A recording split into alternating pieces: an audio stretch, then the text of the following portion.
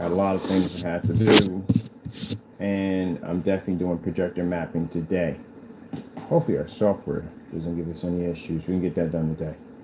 Now, I'm gonna make it crystal clear. I have no idea why I have to come on here and explain stuff. I think I'm extremely crystal clear, but you know how people are. People want to hear what they want to hear. They'll twist your words around and say all kinds of dumb nonsense because they want to hear what they want to hear. First things first, I've been building computers long before I got into screen paints. Long before I got into screen paints, I was building computers. Matter of fact, I was a monitor guy. I didn't really buy any projectors. The last time I had a projector, no, quite frankly, we never had one. I can't even remember even purchasing one in the time when I was building PCs. No, I don't remember. So no, never had a projector. I was a monitor guy from the door. If you had told me that gaming on a projection screen, I would have sat there and told you, no, we only do monitors over here. And multi-display setups and all that stuff. So I was building PCs way before I ever got into screen paints. So, for someone to say that the PCs I have here, that I've made statements that they'll run GTA 6, no, what is wrong with you? See, this is what I'm talking about by, you gotta learn to listen. First things first, if I've been building these machines long before I was on YouTube, I think I would know the specification requirements for the hardware needed in order to run the applications for the individual games that need to be run. I think I would know that already. So these are called retro PC builds. They're called low profile gaming PCs. These started off to be Dells. These were Dells when I first got them. And the problem that the Dells actually did exactly what they were designed to do. I was doing like not high exclusive games because again it wasn't designed for that. I was basically playing just basic games. I'm a retro guy anyway. I love retro games. I love the old games more. I prefer the older games more than the newer games. That's what I like. They can play a couple of really heavy hitter titles, not a problem whatsoever. You can run it with no problem whatsoever. And you really don't need insane PC specs in order to do PC gaming. When people have elitist machines that are like insanely built machines, it's all for show. There's no way in the world you're going to use 256 gigs of RAM. 198, you're not even anywhere near close. What the frick are you running on a gaming system to have that kind of power? An i9 processor, not even required. You can do it at an i7. So again, GTA 6, the request for that, no, these couldn't run that. That's virtually impossible. It couldn't run it at all, period. I could run on a 3050 easily Black Tides for Warhammer on here easily. I can run basically at a 1050 right now. I can easily run an Index VR system. You don't have to have like somebody can have to have super high specs to run PC games. No, where are you freaking getting this from? So for the individual, I hope you're in the room. I'm addressing this video to you because you've contacted me multiple times on my cell phone.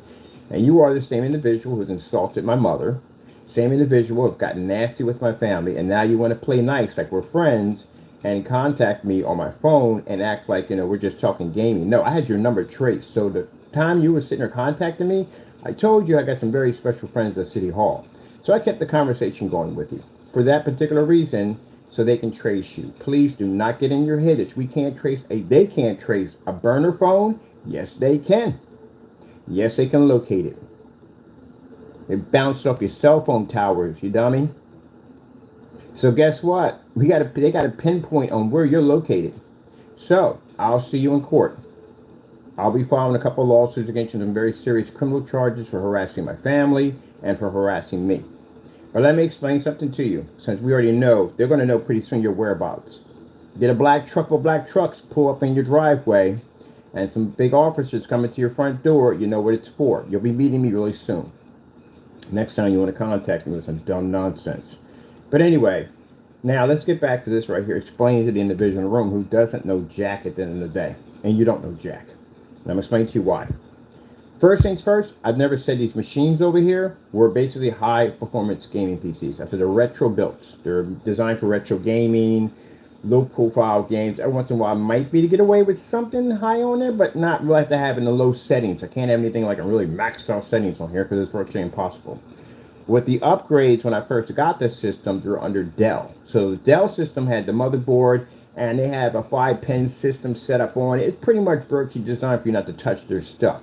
So there's no way where I could run liquid cooling off of it like I can do on here, which means I had to swap out the boards, because if I don't, for some reason, if you try to connect the fans to the system, things will pop up saying, hey, look, you got hardware that's not supposed to be in there, and blah, blah, blah. You see me go through that nightmare process already. So that's okay. We're going to rebuild the whole machine. So I went out and got a brand new motherboard. I went out and kept, only thing I kept on there was the graphic card, the CPU, and even the RAM I couldn't even keep, because the Dell motherboards had 4 DIMM slots, which means you can add like 4 gigs for each one, which will equal the 16.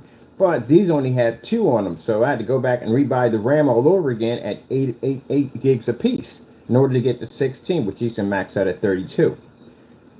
So then after buying that, then I realized that I knew now we can add the liquid cooling system, and then the RGB units require a separate different power supply and unit to hook up. Yeah, for those who don't know about that one, yeah, they do. They actually had to get an adapter that allows me to run an RGB 3-pin into a SATA power supply, which had a nice cool switch that allows me to control my lights over there on my system.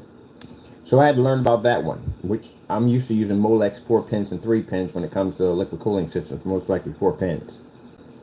But do these systems have that capability? No, they don't. I've never said that. Now, the system I'm building, which I shared my specifications on what I'm actually using to run everything I want, he didn't reply back to that. Maybe he didn't understand it, but I'll repeat it to you again. So the machine I'm actually building has a 5090 in it. Yeah, I'm spending $3,000 for a graphic card because, again, is it needed? No. Do I want it? Yes, because I'm future-proofing my system. That's why we spend that kind of money, because we're future-proofing it. I don't want to go out and buy any more stuff. I'll invest in this, and I'm good. It's like buying satellite panels already paid for your roof. You don't have to worry about paying any more electric bills. You put an investment on your property. I'm putting an investment in gaming. That's what I'm spending the money for, 5090. The motherboard to run a 5090, which I found out was an LGA 1200. That's roughly, you can get that board for maybe 150, 160 bucks, but I'd rather just go out and get the full throttle MSI, because they're digital boards, and go that way and just spend $300-400 for the board. Might as well spend the money. I'm gonna put that into a card, might as well. My CPU, I could run with an i7 with no problem, but I'm a future-proof it, so let's go with the i9. And yeah, the most highest one we can possibly get our hands on, because again, we're maxing out the machine. The RAM on my system is 198 gigs of RAM. I know, that's overkill, but again, max out. We're going to fill the whole thing up and be done with it. My hard drive capability on my system, basically it has a PCI, I call it a short, PCI short, express short, because it's a little smaller ones. They have a different name for it. That allows me to run a card through it. That card will allow me to run 4 additional M2 solid state drives through it, including the additional one I actually have sitting on the board right now. They'll be at 4 terabytes each of solid state drive. My backup system is going to have an additional 2 hard drives, basic hard drives, at 10 terabytes each, which means that's a 20 terabyte backup system on it. So yeah, I'm building a bit of a beast in it. And I can't fit this thing in the portable system that I wanted, because the graphic card's huge, and what I need to cool it down is going to require two 420s. The 2 420 liquid cooling systems to keep this thing nice and cool. Yeah, I'm definitely dropping a cooling system on top of a 5090. I'm not taking any chances, but I'm actually getting it insured too. I got an insurance policy for that unit. If anything happens, anything goes wrong, I can get my money back on that thing, because that's a lot of money for a card. So with that, I have to have 2 power supplies, because the 5090 takes an additional 600 watts of power to run by itself.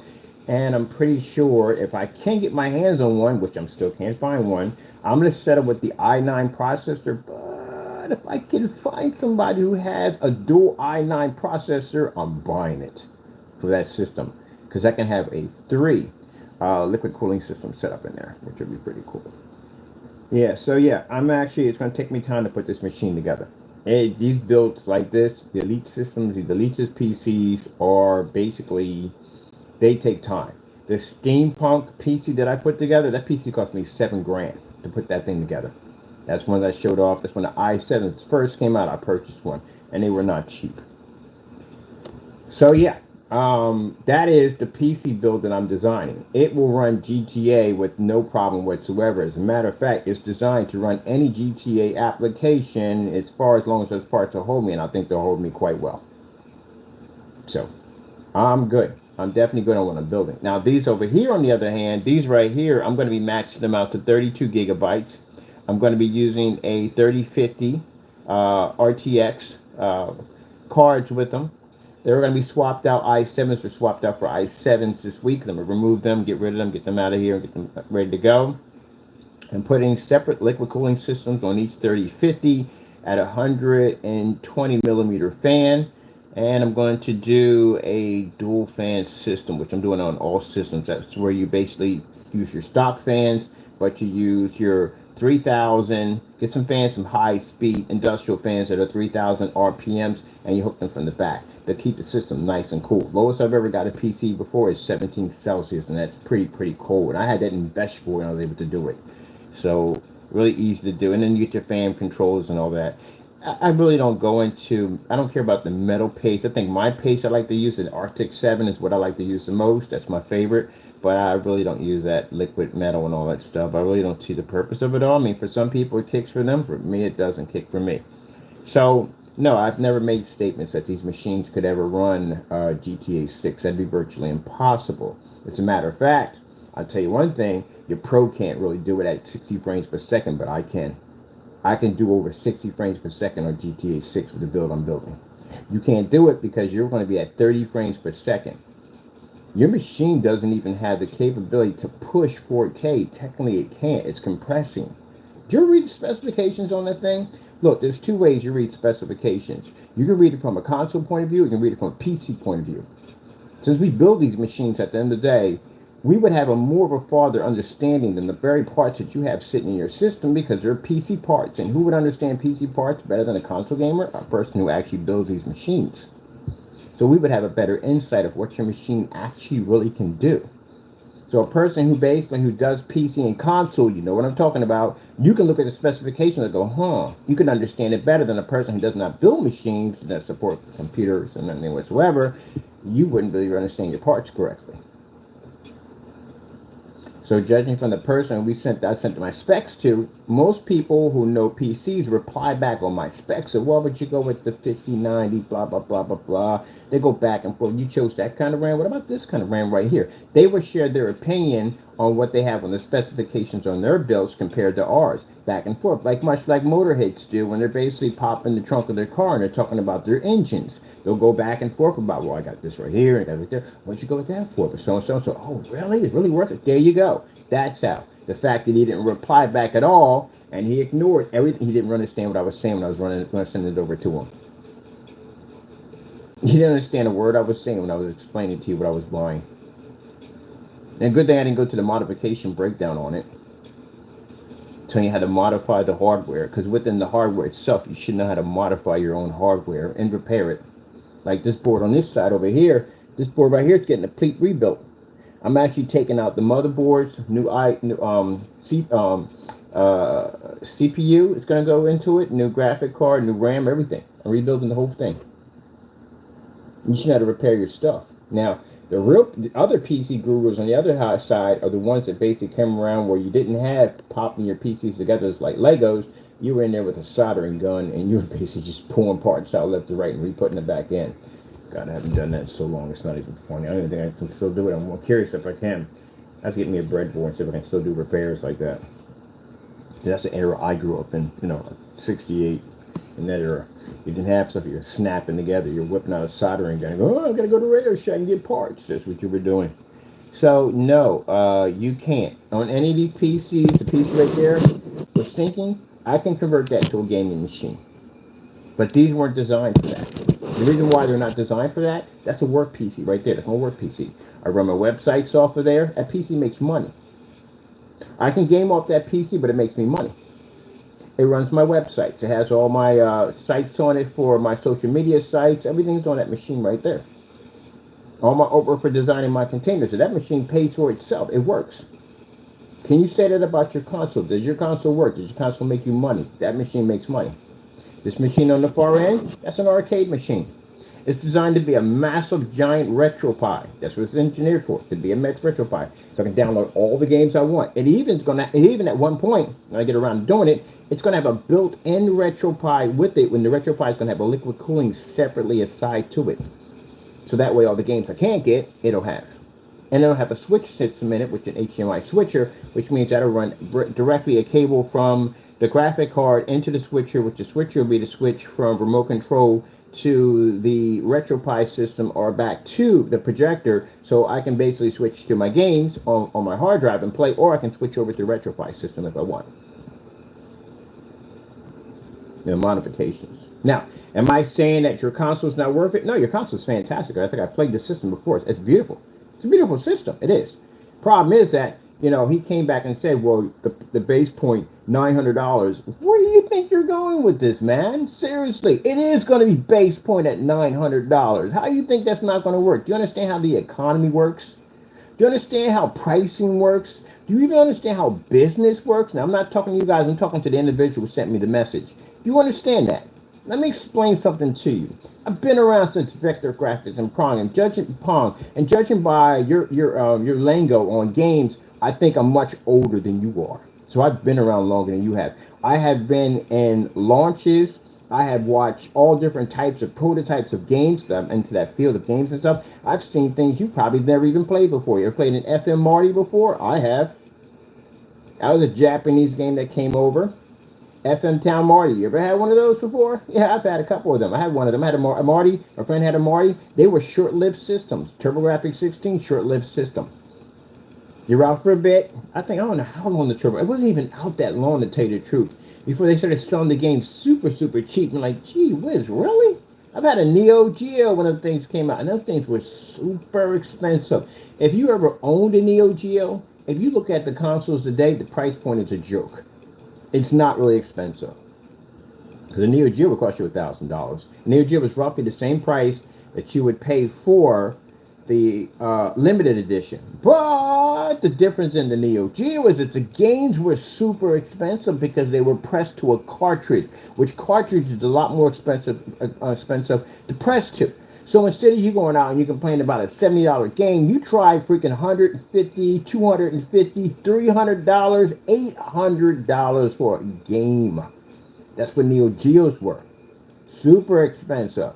Literally, what I played in Magic Lord and Metal Slug. Metal Slug is very popular on Neo Geo. It was a very popular game. And Magic Lord, if you remember that one, that game was $1,500. $1,500. That thing costs more than your console system. 2 Neo Geo games would max out your console system easy. Technically, N64. The N64 games were around roughly about $70-$80. I remember if you got them used, they were like $60. So keep in mind that a 64 that was used would roughly cost as much as the games you have today. Anybody remember that era, paying for them games? Oh my goodness, games were so expensive. Yeah, they were expensive. Did we complain about it? No, we just went with it because that's what it was. But you have to understand, you want computer parts. You want the same thing PCs have, but you don't want to pay the price of the PC. You can't have that. Look, you're going to pay, when the PS6 comes out, you're going to pay a lot of money. And then for people to understand, oh no, it's going to cost less. How is that even possible? How is that possible that the company would have to be extremely stupid? How in the world would you go out and charge $1,000 for the anniversary edition and then turn around and charge $700, which quite frankly is not $700. We all know that. Once taxes kick in, it's going to be higher than $700. And then God forbid if you have to go out and buy the stand, which is $30, they're going to charge you with tax on that. And then you want to pay the optical drive with it. That's like $80 and tax on top of that. So roughly you're going to be somewhere between almost close to $900. You're not going to, no way in the world you're going to get it without tax. They're going to tax crap out of you on that machine. So with that being said, you're roughly not talking about $700. Let's get real. Really real. You're going to pay roughly about I say 760, 760, maybe 760, 760, depending on where you're at in your state, because you know your state charge a little different. And if you want to get the stand and you want to go out and buy the optical drive, this is going to cost you more money, and they're going to tax you on those too. So you're roughly looking at a $900 system. So yeah, so all that together. Now you look at the limited edition. What is the difference between the limited edition and the PS Pro? Limited edition has a special case on it, right? It doesn't have McCall.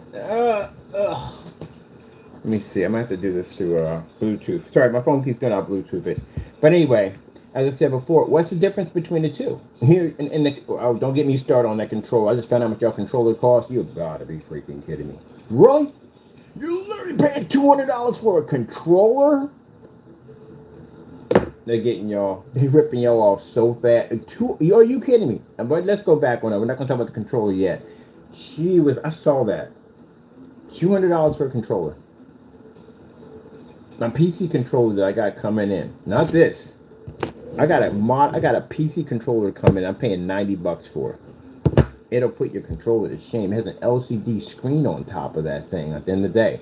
It does automatic button mapping, which means any game that I want to play, that controller will button map it just like that. It's insane. I can't wait to go pick it up. I ordered it from Amazon. I got one coming in.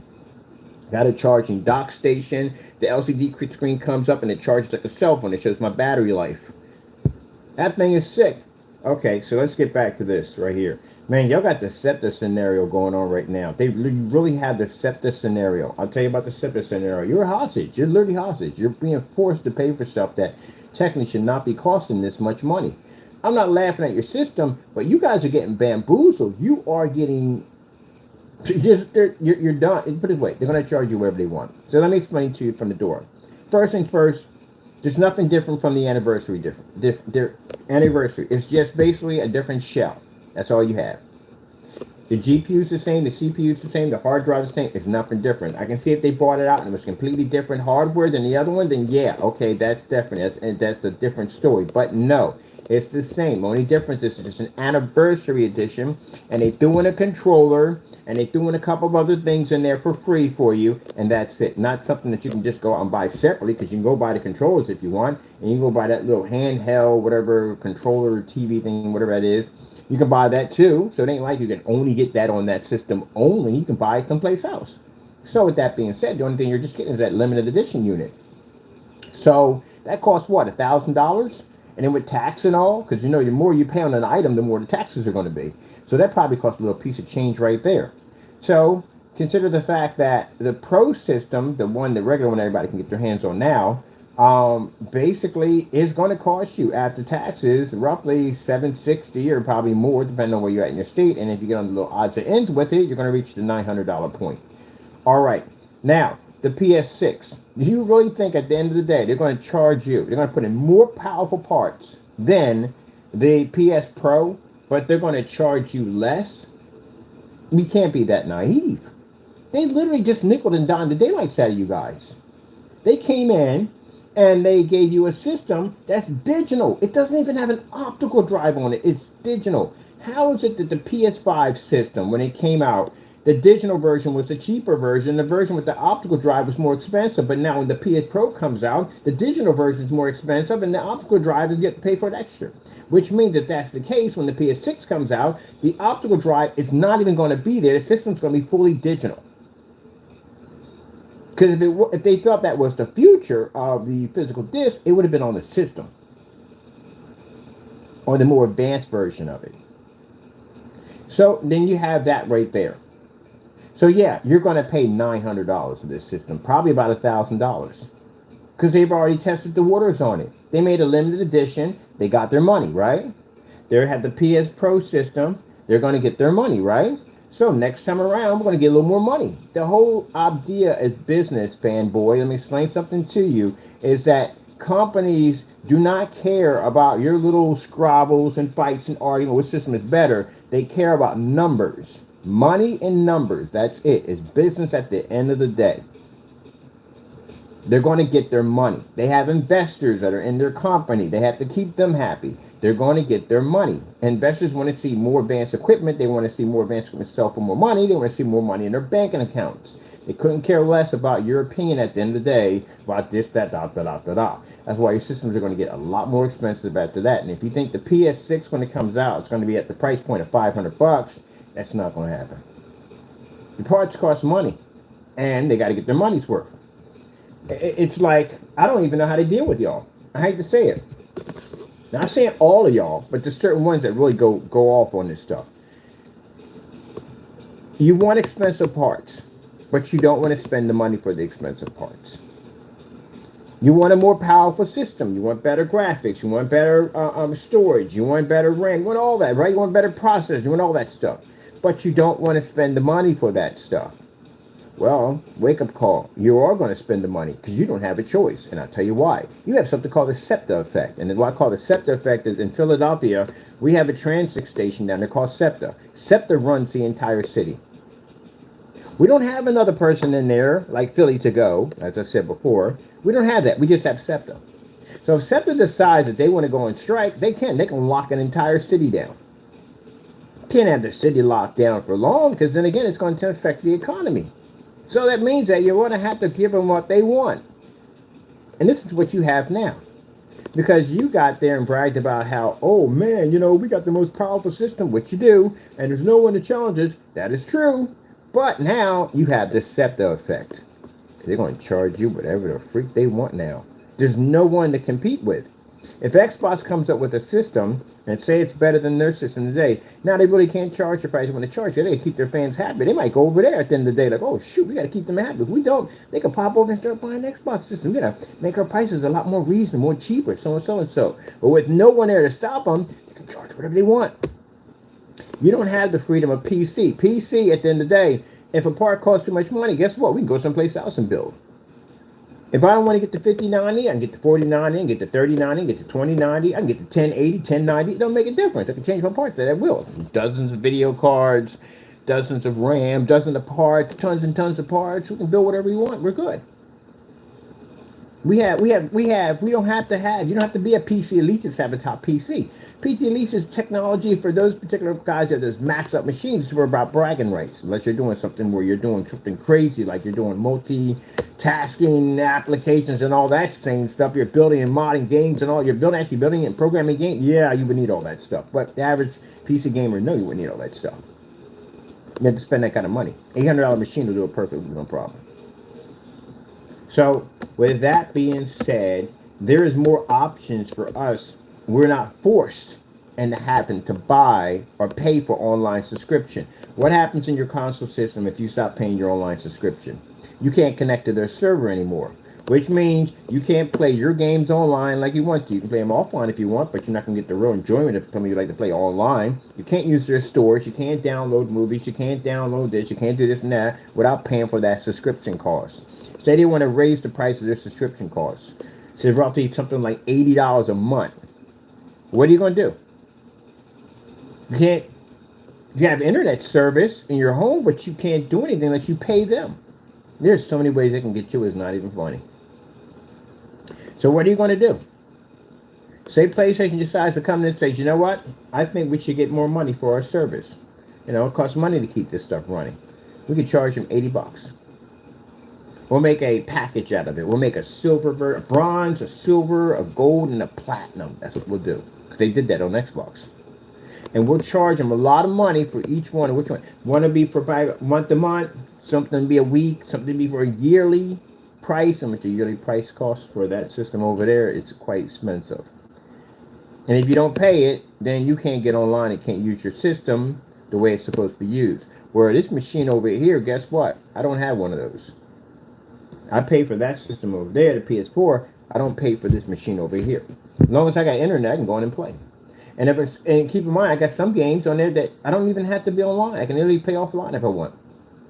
Do I have to be stuck to my desk? No, that thing has something called TV mode. TV mode allows me to be able to play right here with any controller I want. I can play on your Xbox controller. I can play on your PlayStation controller. I can use N64 controllers. I can use whatever I want. Got that option. I can play your games. I can play my games. I can play whatever I want. I can also mod my games if I want. Hey, if I don't like the guns I'm using in my game, I can mod them out.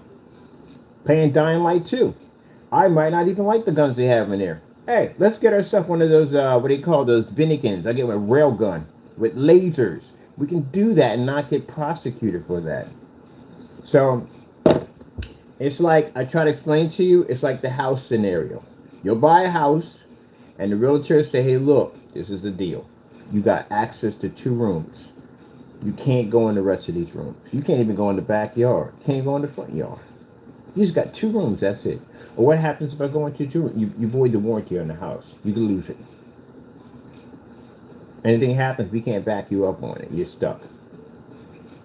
How do I fix it? Well, you're going to have to go out and buy a brand new house. PC doesn't have that problem. The minute those machines, we build our parts, when you buy them, doesn't make a difference. You could change out your parts. If you buy a PC, you can change your parts out. You just can't modify your parts. You can change your parts out. But anyway, with this machine right here, yeah, I can buy the house.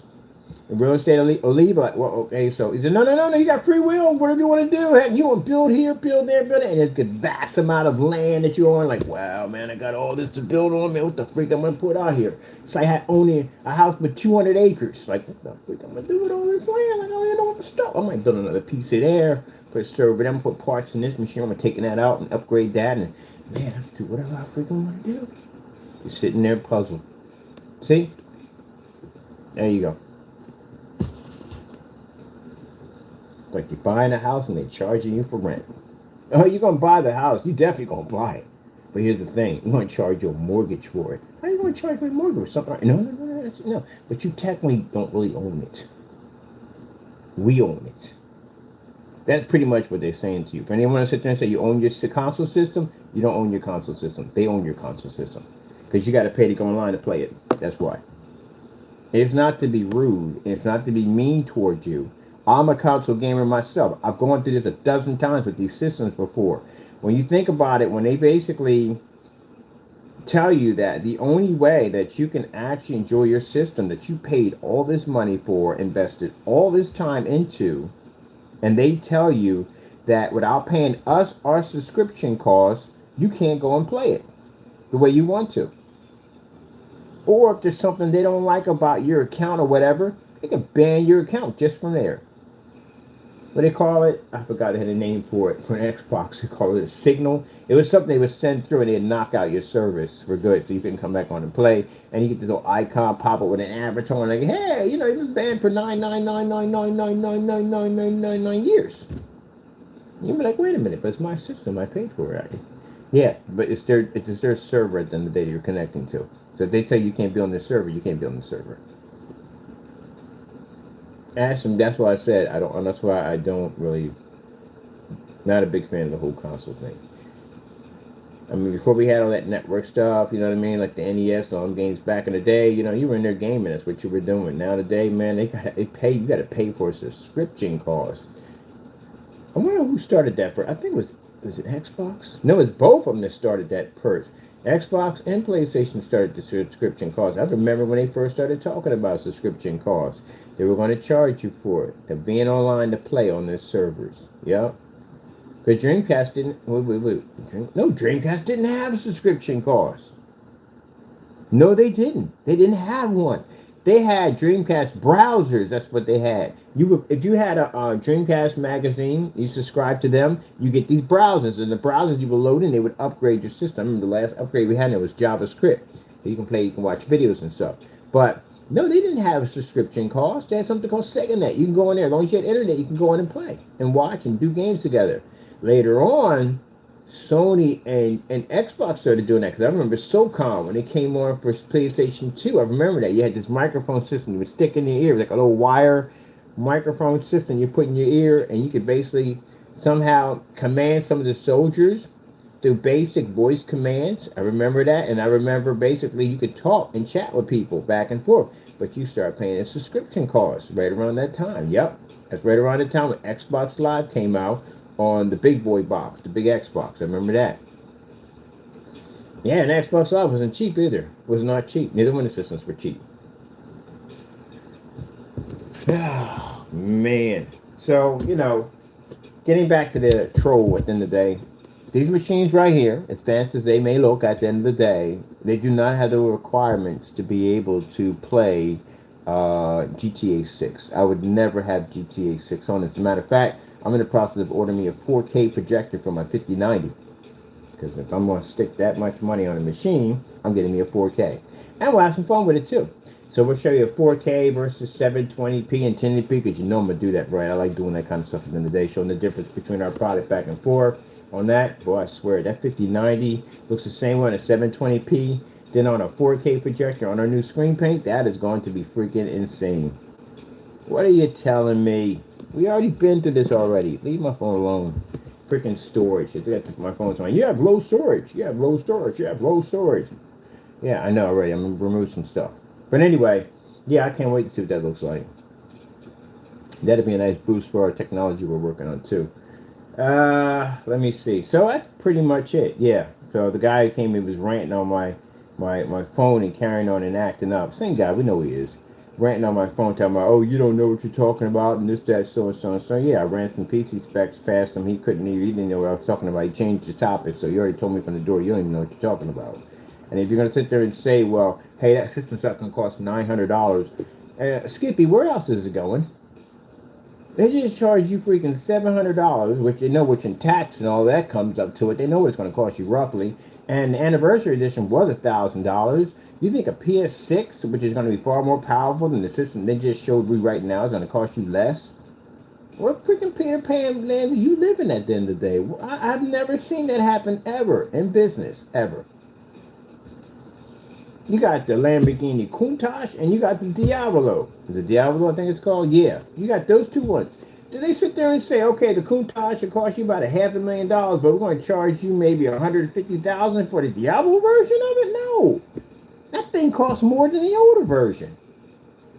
That'd be dumb. You lose money. How is a company going to stay afloat if they don't charge more money for the more advanced technology?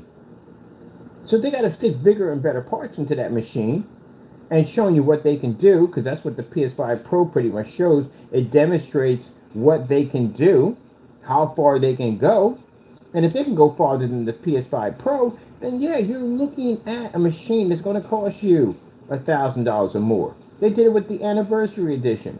And for people saying, but it was anniversary. All right, what's the difference between Anniversary and the Pro?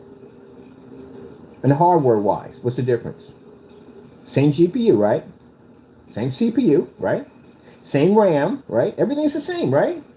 What's the difference? Oh, you get a different case that says limited edition, anniversary edition, right? You get another controller with it, right?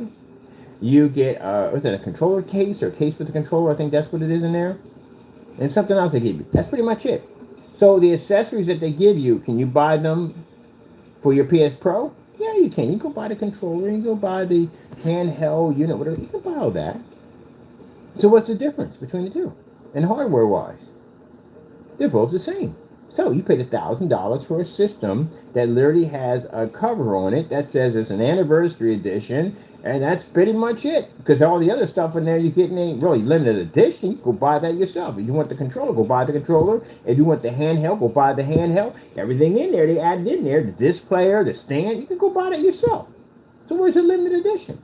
Oh, only buy the case. So you pretty much just spent $1,000 for a case. People didn't really break that one down too well, did they? Because it has a case on it. That's pretty much it. So technically everybody else can buy what you bought in the limited edition. I can buy your controller, I can buy the stand, I can buy the optical drive on it. You get the handheld unit, and buy that too. Oh, but you got a case that says limited. Big deal. If a guy was good at 3D printing, he can make that himself and put that right on the side of his case and be done. Guess what? You got the same version you have too. If they made bootleg cases of the limited edition casing, you would have the exact same thing.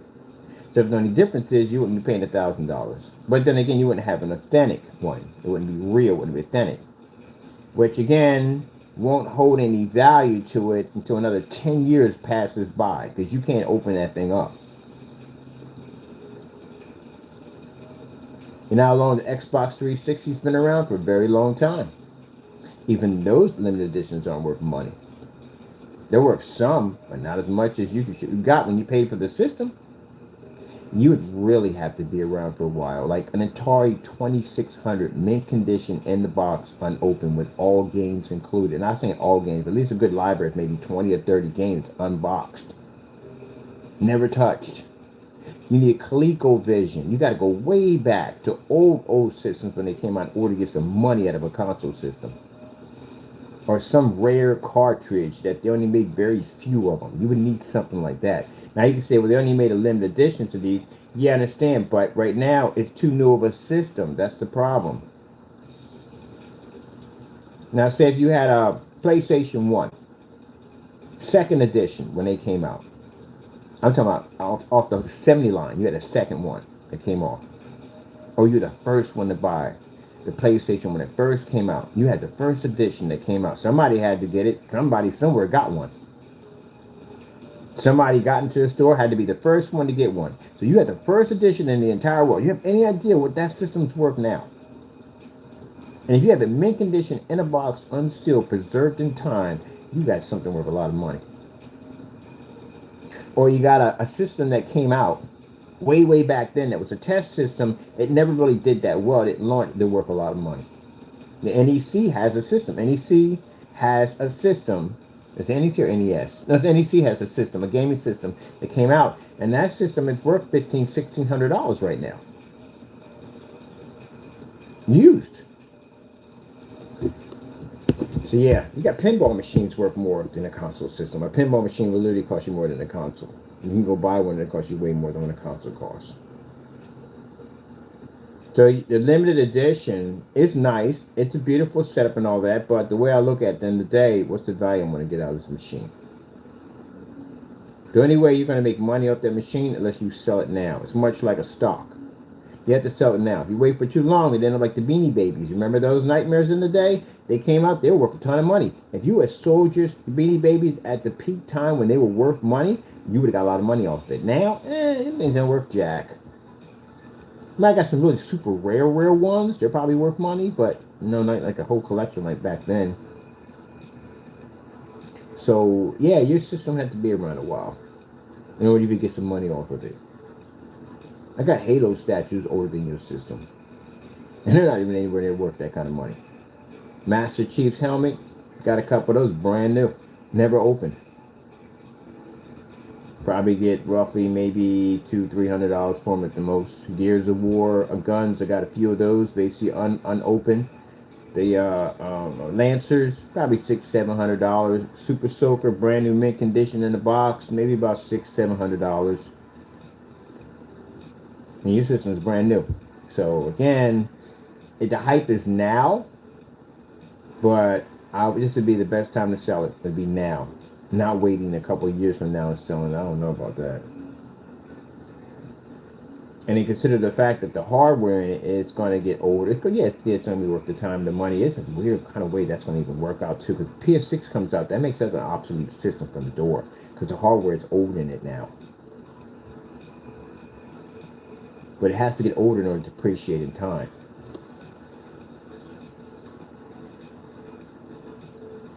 Yeah. Rare stuff is like finding like an Atari handheld system. That is absolutely rare. I don't even think they even made one, to tell you the truth. They probably did. I don't know. Probably desktop. That's pretty much it. But I don't think a handheld one. All right. So with that being said, let's get to your freaking controllers. What the heck is going on with that? Why are your controllers $200? It's $200 plus the tax, which will probably be like $216, $224, $230. Are you really kidding me? $200 for a controller? Man, I'm telling you, they're gonna nickel and dime the daylight. Your subscription's gonna go up. It's gonna definitely go up. They're nickel and diming y'all. Who the freak charging $200 for a controller? It's PC controllers that are more advanced than that thing at the end of the day. They don't cost no $200. I can get a flight stick simulator. That's more advanced than that controller for $200. I can get an amazing driving steering wheel for $200. And a controller for $200? Oh, you better get mad and throw that through some freaking rage in game. That's gonna cost you $200 for that controller. $200. You can't tell me they're not nickel and dime y'all. They don't give you the stand, they charge you $30. They don't give you the optical drive. They gave you the optical drive the last time. They don't give you the optical drive, they charge you $80. They charge you $200 for the controllers. Oh, I hate to see what the VR system comes up for that thing. If that thing costs more than the index, I am done. And if for some people that are chalking it up at the end of the day by saying, yeah, but it's a PC. No, stop saying that. Please stop saying that. You do not have a PC. You don't. Because if you had a PC, you'd be doing the same thing. They don't pay no for no online subscription costs, swap out, change out all your parts on your machine anytime you want to, not being told you can't go here and you can't go there. You'll mess up the warranty. You can't take your system back or you won't. Yeah. No, you don't have the freedom of a PC. And you can't say you're console because you're not console. You got too many PC parts sitting in there right now. So you're like in this in-between stage. It's like someone who basically gets into a skiing accident and then they wake up and can't remember who they are. They can't identify who they are. You have an identity crisis kicking off on your system right now. You don't know what it is. I watch in the forum sites. I go to gaming forum sites, and they don't consider your systems to be consoles because your system's got too many PC parts in it. It's like cyborgs. They want to be humans, right? But technically they're not human. They have too many parts in them, too many machine parts that make them machines.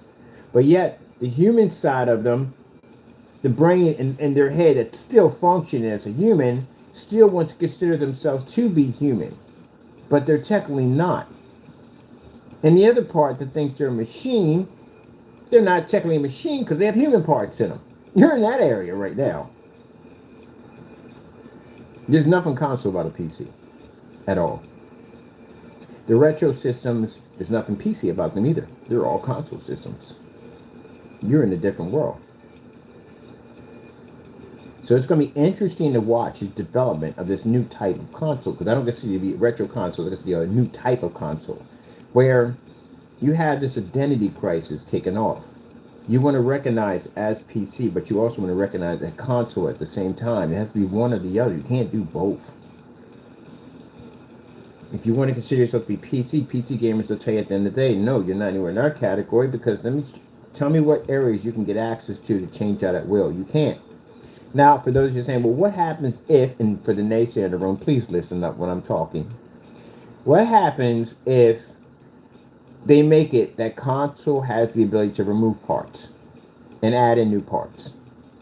Then that means you would no longer have to bring out a whole new console every 4 years or 5 years or whatever, because you can upgrade. They'll just bring out parts. But they're going to make their money one way or another. You are still chained to a contract. You do know that, right? You basically, your subscription cost, you're in a contract with them. So that means somehow they're going to have to make that money, because they can't bring out a whole new system knowing that you can just grab parts and just basically build a better system. The only reason why with PC is the reason why we can buy a PC, because some people don't build PCs at the end of the day. There are some people that don't build, they buy. So you'll spend, when you buy a PC, unless you're going to spend a lot of money, then you're going to get all the bells and whistles. Most likely they're going to nickel and dime you on the parts. That's what they're doing to you guys right now. They're nickel and diming your parts. So you may get, like I said, a fantastic GPU, CPU, but your RAM could suck, hard drive could suck, case could suck, power supply could suck. Or you might get fantastic RAM, a fantastic graphic card, but the motherboard could suck, CPU could suck. That's why you just better off just putting it together yourself, and you can pick out what parts you want. You never get, I go through it all the time when I look at PCs, the buy one already pre-built, and I just look at it and go, gee whiz, man, that's so, how come they can't give me that? They're going to give me one or the other? Like, why the freak would you sit there and give me a freaking 4090 graphic card, but you'll give me 512 for hard drive space? Like, what do I do with 512 for hard drive space? I can't do anything with that. I only got backup, won't even run that. That's pointless. That means I got to pull that thing out and put another one in there. And if you don't know how to do that, then you're stuck with it, because you don't know how to pull it out, pay somebody to do it, or take it back to them, and they charge you more money to do a simple hard drive installment, which is pretty easy to do. But yeah, that's what they kind of depend on. You scared to go in that box, so they can charge you more money. But anyway, it's if they give you the ability to take apart your machines completely and change out at will, right? then that means at the end of the day, you really don't have to worry about the next gen system coming out, because you could build the next gen system if you want. Like right now, for instance, just to give you an idea where how I'm telling you the truth on this one. You have access to your hard drive, right? You can change your hard drive at will. Remember at one point you couldn't do that? Remember, if you wanted to go out and change out your hard drive, you couldn't do that at all, right? You had to wait till the next system came out with a bigger hard drive, and then you got the bigger hard drive. Now you can go change out your hard drives, so you don't have to worry about that. You can change your hard drive out at will. Now, imagine with your video card, your RAM, and everything else on it, you have the ability to change all that out. And what's the point of basically bringing out a new system if you could basically design a new system yourself? Now, if it gets to that point, and this is where you're headed at, this is what makes it interesting to see what your system's going to develop into. Because at that particular point, you're almost getting their PC now. You can change all your parts and stuff. And how are they going to continue to make money off you? Because remember, within the contract that they give you to play on their server, you are under a contract. So how are they going to continue to make this money from you? Now, what they could do, they could do like the Xbox did. The first one that came out, that turned around and said, hey, look, if you want to use our controllers, you can use our controllers only. You can't use any third-party controllers. I know, I have one. I have an Xbox, original Xbox. I'm pretty sure some of us have it. Look at your control ports. Where are the control ports you ever seen in your entire life, right? Only Xbox ports can work through there. I got the snowboarding for the Xbox. I got the flight stick for the Xbox. I got the dual controllers for the Xbox. I got the DVD player for the Xbox. Yeah, for those you don't remember, when the Xbox system came out, you couldn't actually run DVDs off of it. You had to run a little adapter that would plug into your front. You got this little weird looking remote control, and you can play your DVDs off your Xbox. But you couldn't do it at first. You had to get an adapter for it. That's how they used to do it. They were nickel and diming you. Same thing like the 4-port controllers. All games had 4 ports. Bring your friends, your brother over, beat the crap out of them in Bond. I just got finished doing it on Saturday. They had a GameCube hooked up with James Bond. They were beating the crap out of each other. That and Smash Brothers. Now, they started nickel and diming you. Let's take that off and let's give them 2 ports. And if they want the other 2 ports, so pay for it. Nickel and diming you. They've been doing it for years. This is nothing new. Now you get up to, if they allow you to go in and take out your parts, they can literally pull the old Xbox One on you, but they can say, okay, look, you can only use our parts. Parts that only work with our machines, or like a Dell does that nonsense. But Dell actually change out some parts to a certain degree. But let's put it this way. We can only use Sony parts. So Sony will make their own, just theory, just saying off the top of my head. It's not true or not. It's just a theory that could happen. I'm just trying to figure out how this company's going to continue to make money off their fan base. So they can clearly say, okay, look, you can only use our parts only. Can't use any other parts, because they know at the end of the day, you know where you're going. PC gamers are like, well, you could do what? Oh, they will buy that system for the simple fact that they can mod the daylights out of it, and that's what they would do. They'd be swapping out parts left and right because they can get away with it. I would definitely buy a console system if they did that. Oh, heck yeah, you know how easy that would make it to on a PC build? We would just swap out whatever you want in there. Oh, heck yeah. It'd be much cheaper than spending for our machines. I would definitely do that. Easy. But the reason why, because we can't. And why would I go there? But anyway, so they're going to make it so you can only use their parts, not everybody else's parts from the door. Because again, they wouldn't make any money at all. They'd make more money if they basically made their own parts and you buy their parts. The problem is that chances are their parts are probably going to be more expensive than the average parts, because they do stuff like that. And then you're going to say, yeah, well, we have the right to go into our machines. We can swap out whatever we want. Yeah, you do have that. We can give you credit on it. You have that. But on the other hand, you can't go out and basically look for the cheaper parts or the more expensive parts or whatever in between. If I don't want to spend $200 for an M2 solid-state drive, I don't have to. There's dozens of them out there for me to choose from. But when you got a company that makes their own, then you're only limited to their hardware only. And you're at the mercy of what they want to charge you. So you're still dealing with the SEPTA conflict where they control it all.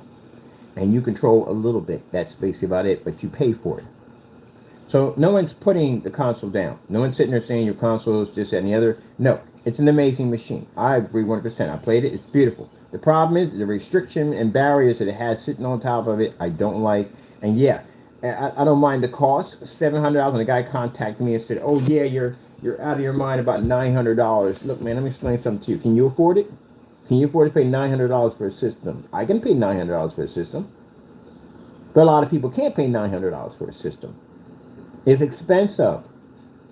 It's very expensive for a console system to be that much money. But you have to remember, You have parts in your machine that cost money. In order for you to play the games that you want to play, you're going to have to spend the money. So you can go back to, I don't know, that ray tracing stuff. I don't get that mess. Maybe you can go back to the original stuff, which means if you go back to the original hardware, let's say we go past PS4, we go to PS3. We use their hardware instead. That means you can't play the latest games that are coming out today because they're advancing games. These gaming systems have to advance. Their parts have to advance. Developers' technology is advancing. So developers going to develop the games that you want at the end of the day. They're going to be applied to your system. Your system's going to have the parts to apply with the developers' programs. So you're going to have to spend more money. So your system is going to reach $900. Probably higher than that. Because they already saw, and I think the new systems and their price point, yeah, because of the parts are expensive. Yes, some of the parts in there are 6 years old from PC. But it's also, I think it's a way of testing the grounds to see how much money they can actually get for a system and what people pay for it. Let me explain something to you. When the PlayStation came out, they were roughly almost $1,000. I remember when they first came out. They were like $800, $900 when they first came out. People complained about it, but they bought it. Xbox came out, it's about $500, $600. People complained about it, but they bought it. Every game system that you have in your library, and everybody else who has one, they complained about the price, but they still bought it. So when the Neo Geo came out, expensive, TurboGrafx 16, there were $700, $800 systems for the TurboGrafx 16s when they came out. Panasonic 3DO, $800, $900 when they first came out, almost roughly near $1,000. People paid for it. Then the price comes down on the system and it gets a little bit more cheaper and more people will buy it. They have a price cut on it, more people will buy it. But people are going to buy it regardless. So you can sit there and complain all day long about how expensive it's going to be. Your people are still going to buy it. Now, you think the system's going to come down at Black Friday? It's going to be rough. I don't know about that too much, to tell you the truth. I don't know. They may not. I don't know. Ain't going to come down by much. I can tell that much. Very little, because the system just launched. Very, very little. But if you think that you're not going to pay $1,000 for a system, you already did. The anniversary edition, you paid $1,000 for that. And roughly, when you think about the PS Pro at $700, if you go buy the stand, that's $30 in tax. You buy the optical drive, that's $80 in tax. And then you get the system, that's $700 in tax. You're roughly in the $900 mark anyway. And then you got to buy games, right? So that's going to tilt it into $1,000. Got an online subscription you're paying for. Yeah, you're roughly about $1,000 now. So with that being said, when the new system comes out, they already know you're going to pay for it. They know they're going to get complaints. They know people are going to fuss about it. Or they already know this already from the door. But they already know that they're going to buy it. And that's what you're going to do. You're going to go buy it. And they're going to jump the price again. You're going to buy it again. Remember when the PS3 came out and the PS3 had a Blu-ray sitting on top of it? And they wanted nearly like $900 for that system when it came out. They're like $800 when they came out. People bought them, didn't they? Yes, they did. They went out and bought them. Because it was cheaper to get a PlayStation. Now, this is literally how expensive Blu-ray was. Blu-ray was super expensive. It was cheaper to get a PlayStation 3 than it was to buy a Blu-ray player. Blu-ray players were super expensive. Most people were buying them systems not for the games. They were buying them for the fact that they were just Blu-ray alone. Because everybody wanted a Blu-ray player. Now we don't even use those things anymore. We just basically just download everything. What they could do is they're going to sacrifice to keep it down to a certain price. And right now your system was sacrificed for the price. That's why the hard drives weren't that powerful on them. So they sacrificed the hard drives. They gave you the ability to buy bigger hard drives. That's what that came into. If you look at the strategy plan behind that, we go buy the expensive GPU, CPU, RAM, all that, right? And we'll make it so that the hard drives are interchangeable. So that way it gives them the ability to change out the hard drive. They want a bigger hard drive. So you really can't complain and say, well, they should have came with a bigger hard drive because then they gave you the ability to change out your hard drive. The only problem is that you got an M2 solid state drive stick in there. You don't have the option like this machine has over here. This machine has SATA outputs and it has an M2 socket for it. So that means if I don't want to use that, I can use basically the hard drives, which are much cheaper. But you didn't get that option. They just stuck a M2 in there. The M2 solid state drives are expensive. Those things aren't cheap. You don't get much with them. So you're talking about roughly about if you want to do 8 terabytes for your system. You want to max out at 8 terabytes, right? That's going to cost you more than what the system costs. Heck, that thing costs more. An M2 solid state drive stick at 8 terabytes. It's going to cost you more. It's roughly around the same price as you would say the limited edition. They can run from $800 to $1,000 and more for that stick. But do you have an option? You don't have an option. Pete, can you do this? Look. This on my board? Do you have any of these on your board? No. You have that on your board. That means you're forced to use this. You can be much cheaper if you want to do, if you use these right here, the SATA outputs. That's what I'm running right now. I'm running 2 terabytes. I don't have to use that if I want to. I got that option. If I decide that I want to add more of these on here, so I want to break it down. So I did a breakdown. I broke it down where if I use one of these at 8 terabytes, we're talking about $1,000, maybe $1,000, right? If I get the PCI slot for here, the card that fits in here, this allows me to run 4 of these individually. So now I got 4 of them to run through. And if I break it down at 2 terabytes, 2 terabytes cost me $100. I can get 2 terabytes for $100. I've seen one for over 80, one for $70. So let's say roughly we're doing $70 at 2 terabytes of M2, and we run 4 of those in there. Easily. I can easily get that 8 terabytes at much less because I have more slots to do that. I have an ability to be able to upgrade my board. But I can't if I just have this here by itself. That means I'm forced to buy 8 terabytes. It's going to cost me $1,000. And I can't say, well, if I don't want to spend $1,000, let me just skip that altogether. Let me just use a SATA drive. I can go around that. You can't go around it. You're stuck with it.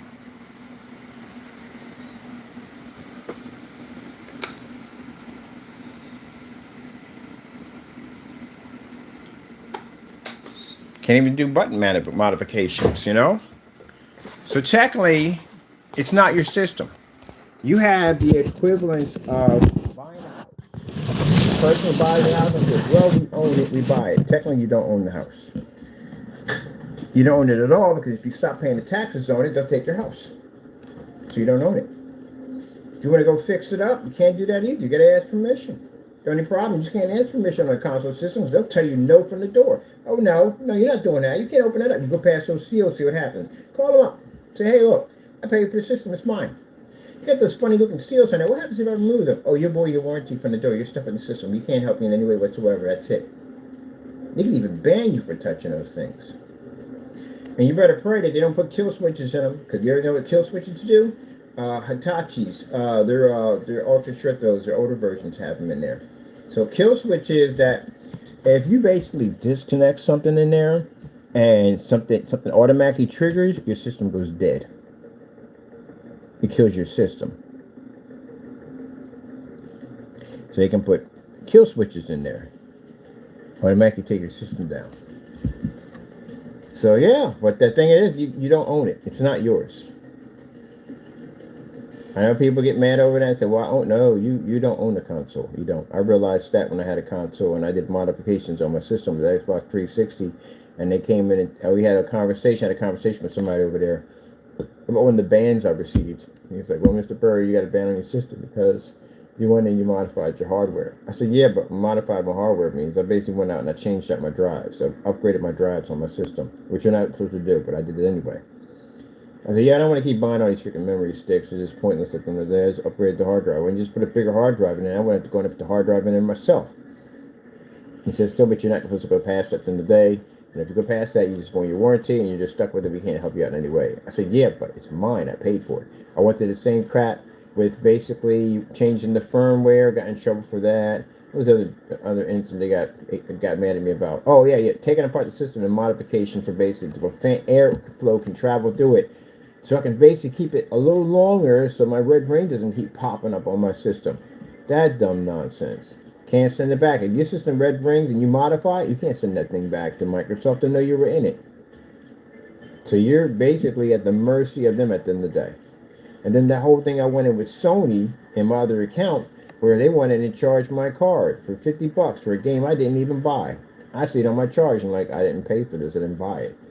And so you did pay for it. I said, no, I did not. I'm going to argue with you on the phone about $50 on the charge. I need you to remove it or put the money back in my account. So they didn't want to do it. So I did a charge back on them. I went to my PayPal. They took it out of that account, and I went into the charge back on it. They did. They banned my account for it. Banned my account for taking money out that belonged to me. And you can see clearly they don't have a title of the game. What's the title of the game that I just bought? Not even in there. What movie did I buy? Not even in there. So you mean to tell me you people know what's in my account? Because they can go into your account, by the way, so you know that, right? They have access to your account. You can go into my account, and you can basically see all the stuff I downloaded in my account. Show me where I purchased something that cost that money. They couldn't even find it. So when I do a chargeback to get my money back, they basically go in and just ban my account, one of my accounts. I was like, you know what, fine, forget it. I just make another account. I'm done. Can't really play in those games anymore now because, again, account's banned. And the only way I can get the account unbanned, guess what I got to do? I got to give them the $50 that they never... Oh, my goodness, it's freaking unbelievable. That's what I'm talking about. I'm so sick and tired of freaking cons on their freaking stupid freaking... We control this and we control that. That's just crap. But think about it. People want the convenience. You got condo scenarios popping off on your system. You know the scenario behind a condo, right? People move into condos because they have that ability to feel that everything is taken care of for them. You know, you ain't got to build anything. You ain't got to worry about this. You ain't got to worry about that. It's all taken care of for you. You know, that's what you got. But on the other hand, you got to deal with the freaking rules of that thing. It's freaking nuts. Oh, you can't hang anything outside your door because that's facing the area. Or you can't play your music at a certain time. Or you can't do this and can't do that. Especially live in a housing community. That's a freaking nightmare. A gated housing community? No way in the world you couldn't pay me enough money to live in one of those places. You mean to tell me, because I put a pool in my yard. It's my yard at the end of the day.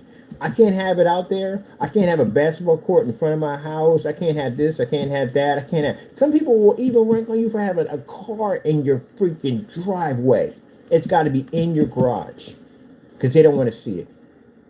Dumb nonsense. Freaking dumb nonsense. And then you got to deal with some freaking neighbor popping up on your property with a ruler measuring your grass. I'm like, oh, but your grass is too high. It's past. We've got to go to the board for all this. They got to fine you? Oh, there's no way in the world. I don't care how convenient that is. I don't care how convenient y'all make it in there. It's not worth it. It doesn't add up for me. Got a buttload of Karens in there waiting for you, I swear. Drinking Red Bull all day long, just waiting for somebody's grass to grow 2 inches higher so they can just pop over there with a magnifying glass and a ruler and just make your day a freaking nightmare.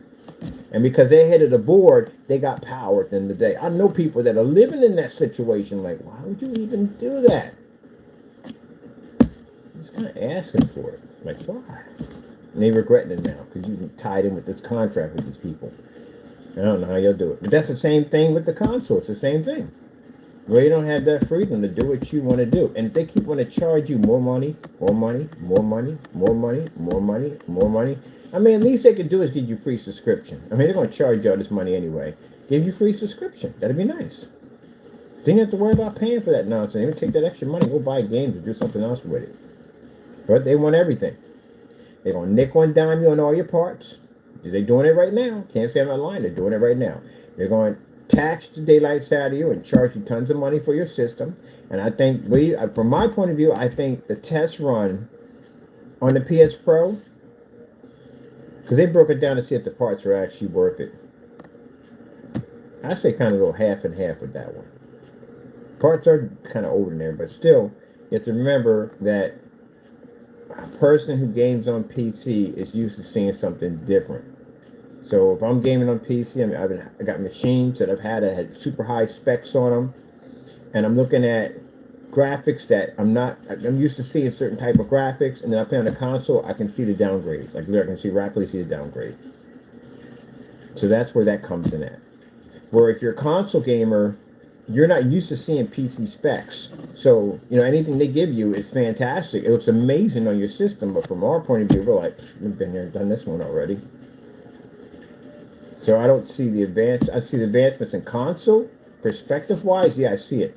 But from a PC standpoint, of playing a game with a much advanced, more higher grade of graphics, I see something different. Now, for the person who makes a statement saying, well, you got these older machines I got right here for amazing graphics, and I got 1050s running on here.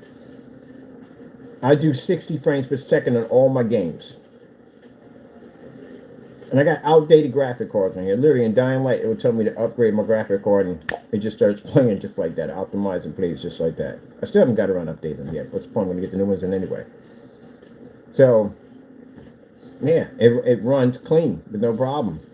And these are old parts on here. Now, if I want to do the big titles like 6 and all them other games coming out, yeah, I'm going to have to spend some money. And I need a lot of money? No, you don't need a lot of money. I'm just figure if I'm going in, just might as well go in and get it done. This is an investment at the end of the day. You know, you got, like I said, when you talk to PC gamers, and they're explaining these crazy modifications on their system, unless they're doing some kind of high-level streaming or they're designing games, or they're doing something crazy at the end of the day with it, some kind of projector mapping, something they're using with it besides gaming, then you can see why they need the parts. Other than that, they're building future systems because they don't really plan to go back and buy anything else for a while. Definitely understand that. And you don't have to buy the next latest graphic card that comes out because you don't need that, man. Yeah, like I say, you can get an RTX freaking 580. That's a 7-year-old card. It'll still run today. 2030s, 2040s, 2050s will still run today. 1050s, 1060s, 1080s, they all still run. Minimum requirements are pretty much nothing, to tell you the truth. But if you want to do max out level, you really need a lot of power for it. The only time they're putting all that stuff on it, they future-proof in their machines. That's what they're doing.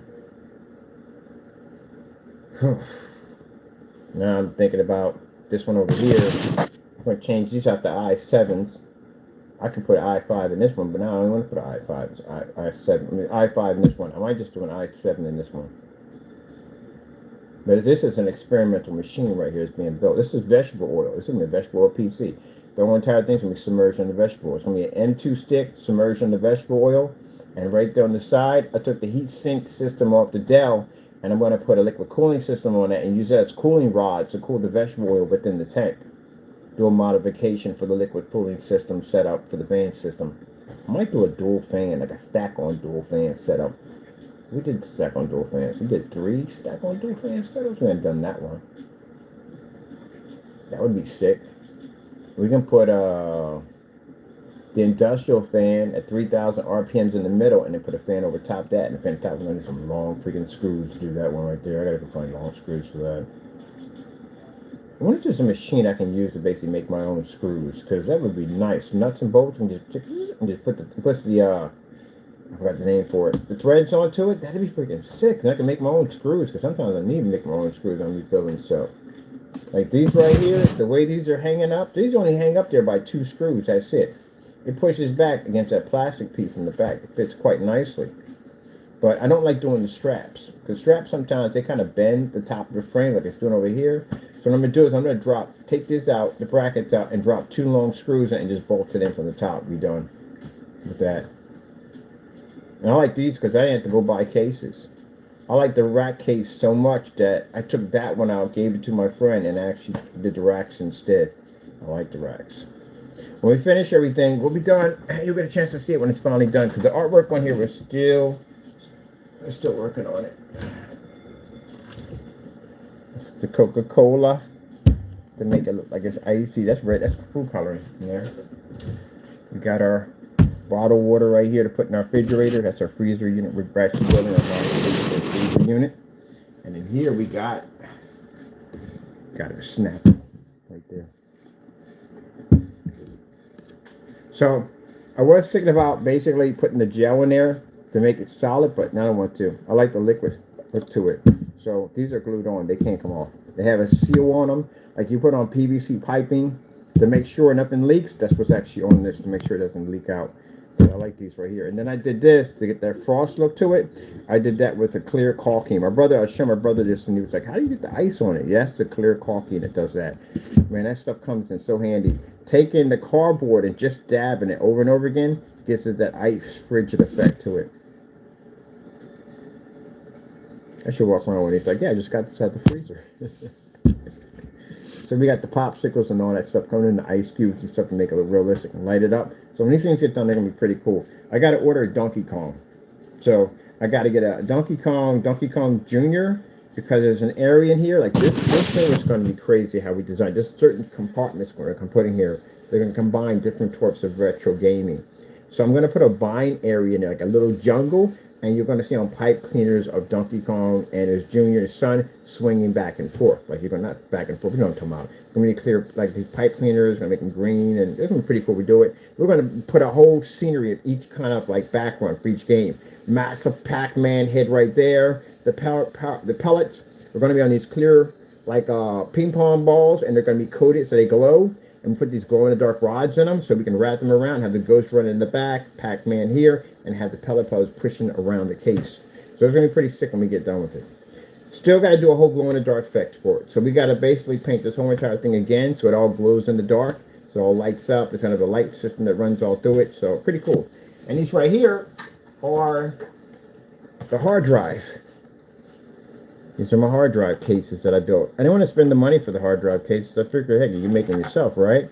So we got a nice sort of frost look to them. We finished the paint job on this one. Give a real nice look to it. Hard drive's fitting here, and this fits a fan of 120 millimeter. Will fit right directly on top of this.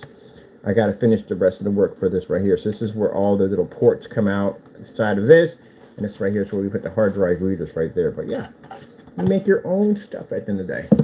This is the one we're making for Ice Boy. This is Ice Boy. He's getting ready to get his done already. Set up already. Cheap. Spend a lot of money. All right, people. Hope you enjoyed. We had a great talk today. And again, nah, I gotta take that back. I shouldn't have said that. He's not an idiot, and I don't want to call people stupid because that's wrong. I shouldn't be saying that. So I take that back. I apologize for that one. But you know, it just feels when people contact you with some of the most lamest stuff at the end of the day, like, come on, man, really? At the end of the day, I mean, you can contact me. I don't mind talking, and I forgive people for what they do. But you know, when you're contacting me and you're the person that was harassing my mother and carrying on and acting up, sending really bad letters over there to try to upset my family, you know, we had a long talk about this. You know, I got people who work in the government. Do you know that? I have a lot of freaking military family. Has some very heavy, serious ties attached to them. I ain't say anything about it when I was over there with my family. You got to be careful, man, on how you treat people at the end of the day because you don't know who is connected to what. Got to treat people with more respect. If I had mentioned and showed that number, I guarantee you, I got some higher ups in the military that would have found you. With no problem, they would have found you. I believe in trying to keep things as peaceful as possible. That's what I try to do. So I went over there. I celebrated my mother's rebirth because that's what we did. I didn't bring it up to any one of my family members at all. I got some other people that are involved in this that are going to take care of the matter, and they're going to make sure that they track the individual and they find them. So just to let you know, buddy, you're getting hunted now. You can't take it as in a way where we're doing this deliberately to attack you. No, you openly attacked my family and my late mother, and you carried on. Those of you who sent letters to her house and her place to try to make her life miserable, you are now have basically stepped in it. And these are the ones who don't know, the military side that does not know. You got to be careful how you treat people. I would never, ever in a million years, ever say the stuff that you wrote in those letters about my mother. I would never say that to you, ever. I don't care how much at the end of the day you've done to me. I would never treat or disrespect anybody in your family that way. So just so you know that you got some very powerful people that you have triggered. And they're going to make sure that they locate you to bring you into court before a judge. Because you have to be brought before a judge. You can't treat people any way you want. You can't disrespect people any way you want. You got to pay for all that in life. Can't do that. You had no business saying the nasty things you said about my mother. Now you've opened up a Pandora's box that, I've got people, I said, that are really high ranking officers in my family. There is nowhere on this planet you'll be able to hide from them. If they knew what I knew just now, if I sat there and had a conversation and showed them the conversation that you sent to me, there is no place on this planet you'll be able to go. You got to be careful how you treat people. So I just went over there. We had a nice celebration about my mother's rebirth and all that. Left it alone. That's it. Put it in God's hands, because I'm gonna let him handle it, because I know them at the end of the day. If they found out about it, you like the Call of Duty, you can find out how real that stuff can get. That's literally what you're walking into. Don't disrespect people's mothers like that. I'm gonna let the Lord handle this, because that's the way it's gonna be handled. Let the Lord handle it, and get them into a courtroom and get them in front of a judge the way things are supposed to be done. And until then, I am going to go in and get my number changed today, because this weirdo's been contacting me, and he hasn't been saying anything disrespectful about my mother. And he just wants to argue with me about gaming systems as if we're supposed to be friends. We're not friends in any way whatsoever. Understand that. Do I hate you? No, I do not hate you.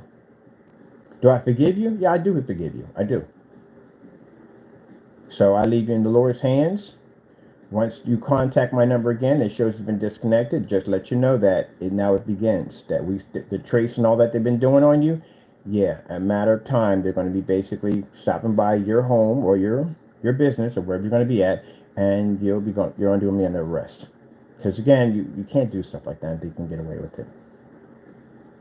It's interesting when you have people, I don't understand, they'll commit crimes. And then when they get caught in these crimes, they would literally blame other people for their actions. I can never understand that. When I got locked up and I went through the system, I didn't blame other people. I blamed myself.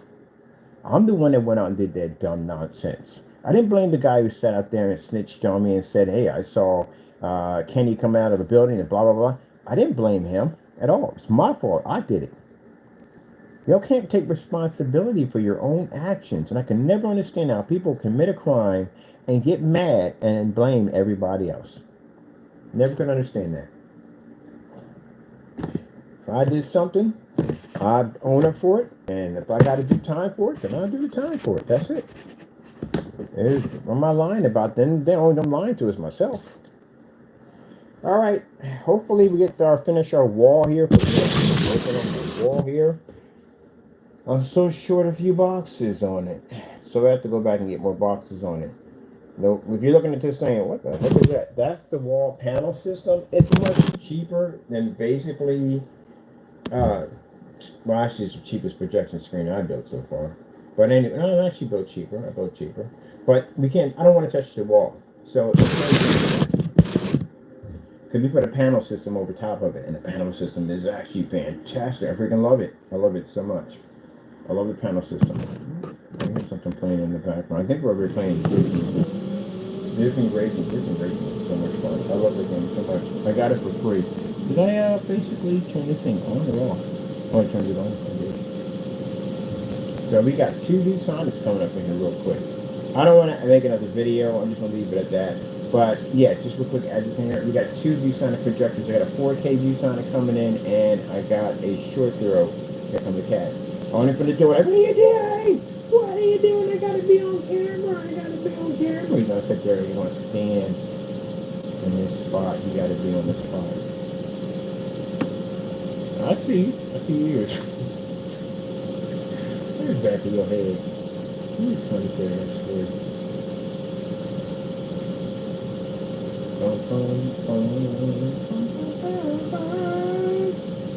Yeah, this panel system. Easy way to do it, much easier. So, there we go. I'm off. Server out. Confirmed. Confirmed. Just go back.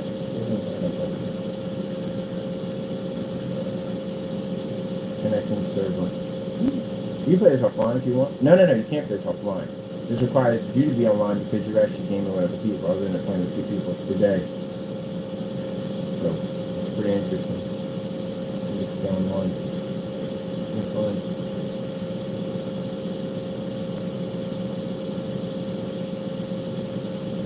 Yeah, so the same system here, we're going to put over there. The box system is so much easier to do. Once this figure out, like, now it's going to like bookcases in here, and the bookcases are going to be big and bulky, and it's going to be like Stonehenge in here, so I'm just trying to figure a way how to put the screen in. And this came out fantastic, because the box system's fantastic. Make a nice little box stand with it. We reinforce it with the plastic sheets that comes up real nicely, and then just build the screen.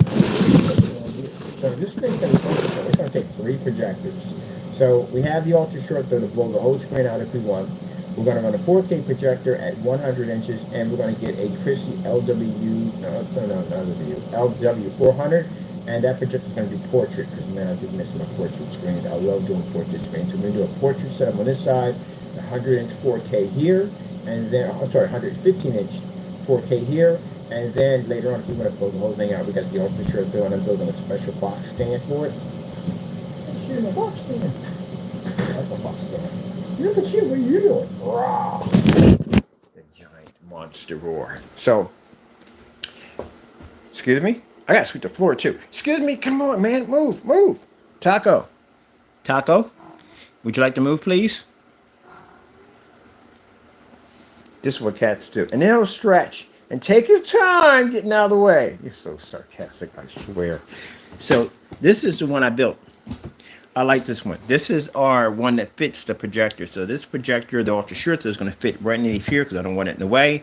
And I like the stand right here. So this is all made out of boxes. But we're going to hook it up real nice, convert it all black, put some flat LEDs through it. It's going to look freaking sick when we get done with it. So it fits nicely right in there. So that's why I like that one right there. And that's for our 235.1 screen. This is all panels. All the panels are about the same size as this. They're 2 feet 24 by 36. That's what they are. So this screen is 3 feet, and at 4 times 24 it's 96. So it's actually 3 feet by 8 feet in order to get this thing, the 235.1, which I had to order a special projector for that. Now this over here, this is the big screen we're putting in.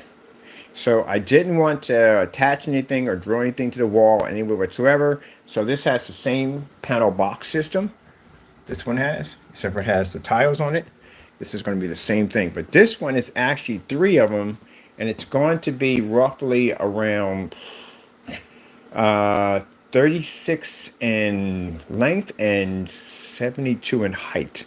So it's 72 in height. We're around 6 feet, and length at 36. 3 together would be roughly around 108 inches, which would be in feet, would be around roughly 9 feet. So we're talking about 6 feet by 9 feet.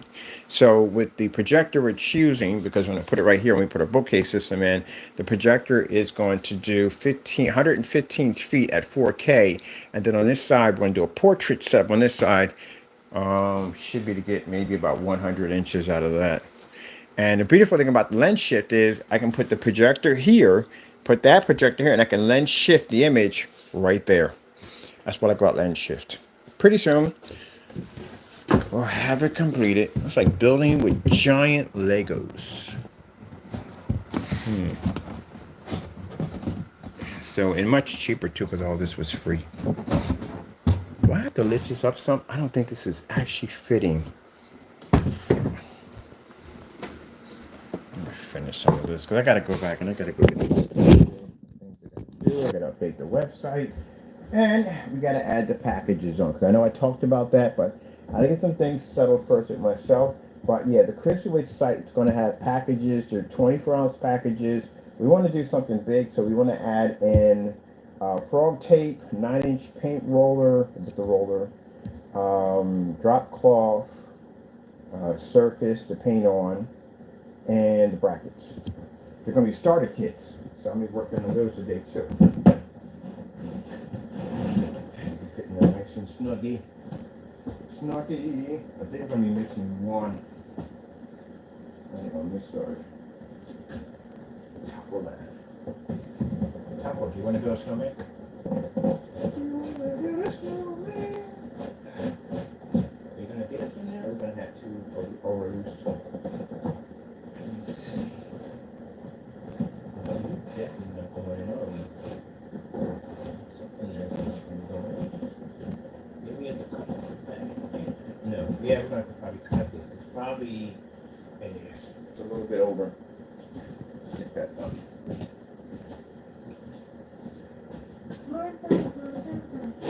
Sorry, I'm just adding all this together because I'm trying to cut down my videos early on. I got a lot to do, so I'm trying to do things a little bit more. Oh, right, this is the last one we got, right? There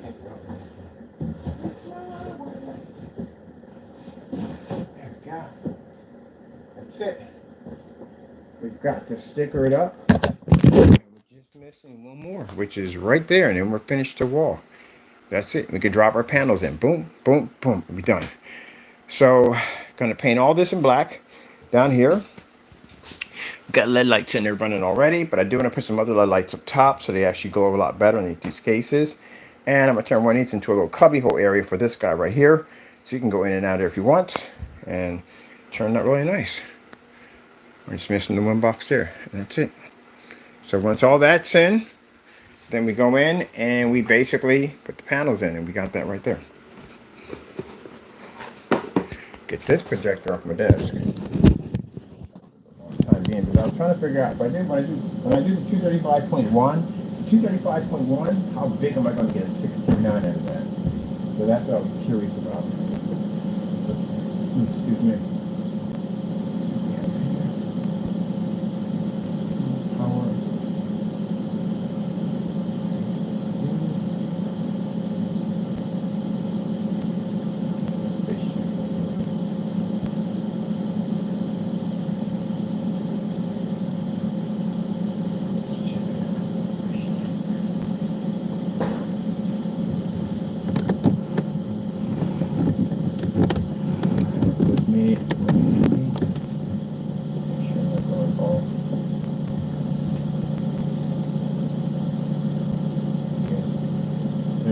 Exactly at 16.9, how big is my screen going to be at 16.9? Actually, it's not a bad size.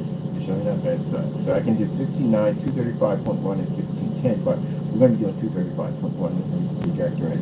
That particular projector is actually extremely cheap. I can get it for now, so 160, but now I'm seeing 125.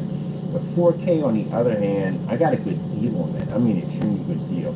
I'm paying under $700 for my 4K projector. It is 3,200 lumens, 3,200 lumens, and it is going to be 4K. It's going to do Sonic because I want to do 235.1 on this side too. I'm going to swap my screens up.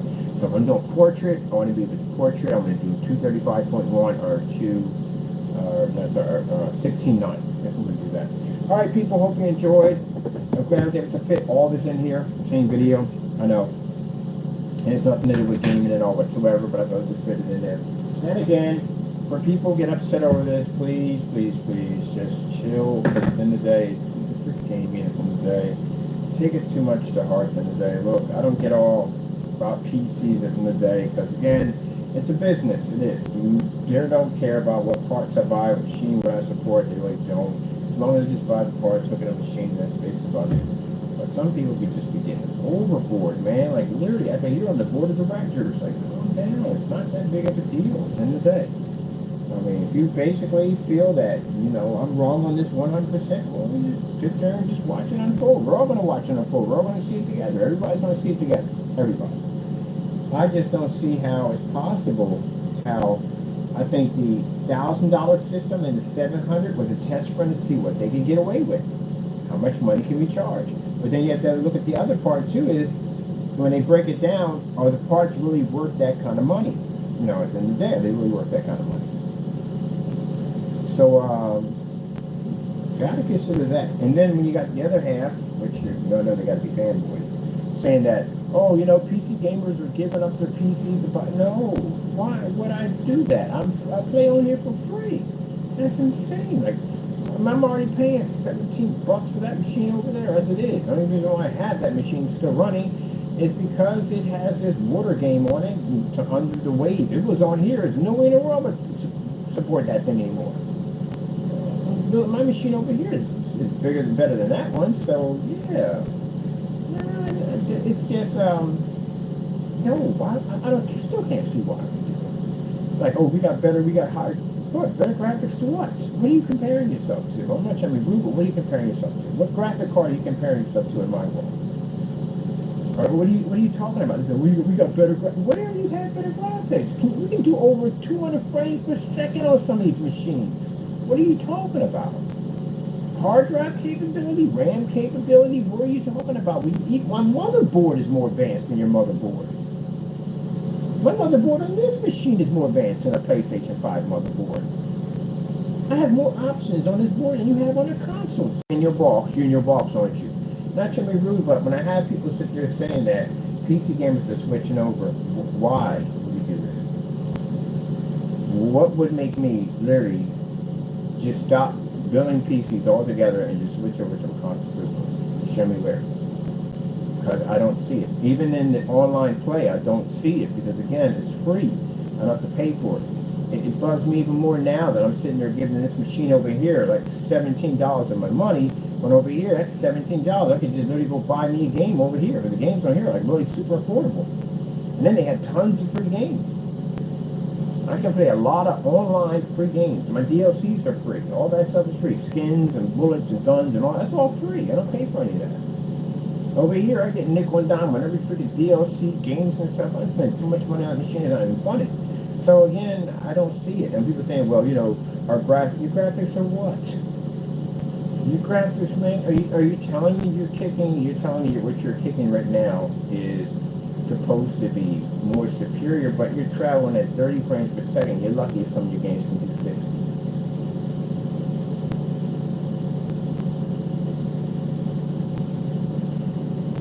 It is what it is. And they come out war, 20 gigabytes. 20 gigabytes of RAM. That's what you have.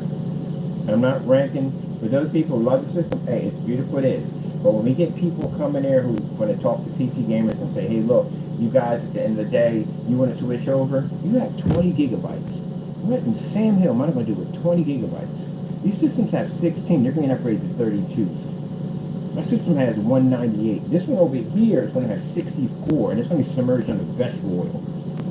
What would I do with that at the end of the day? The applications that I run for my projector mapping applications, I'm shocked in all that it's pretty much running off here, which has to be upgraded to 32 to run the new software that's on the application for that equipment. My machine does more than this game over here works. So I would have to have all this in there, but still, like I said, and I got people coming in. I had a forum site, and the guy was like, yeah, you guys are automatically switching over, you know what machine is better. Oh, you're kidding me. I love bumping into these guys. This is what I'm bumping into right now. I have one of these right now that contacted me. Who I bumped into. Who says you're switching over.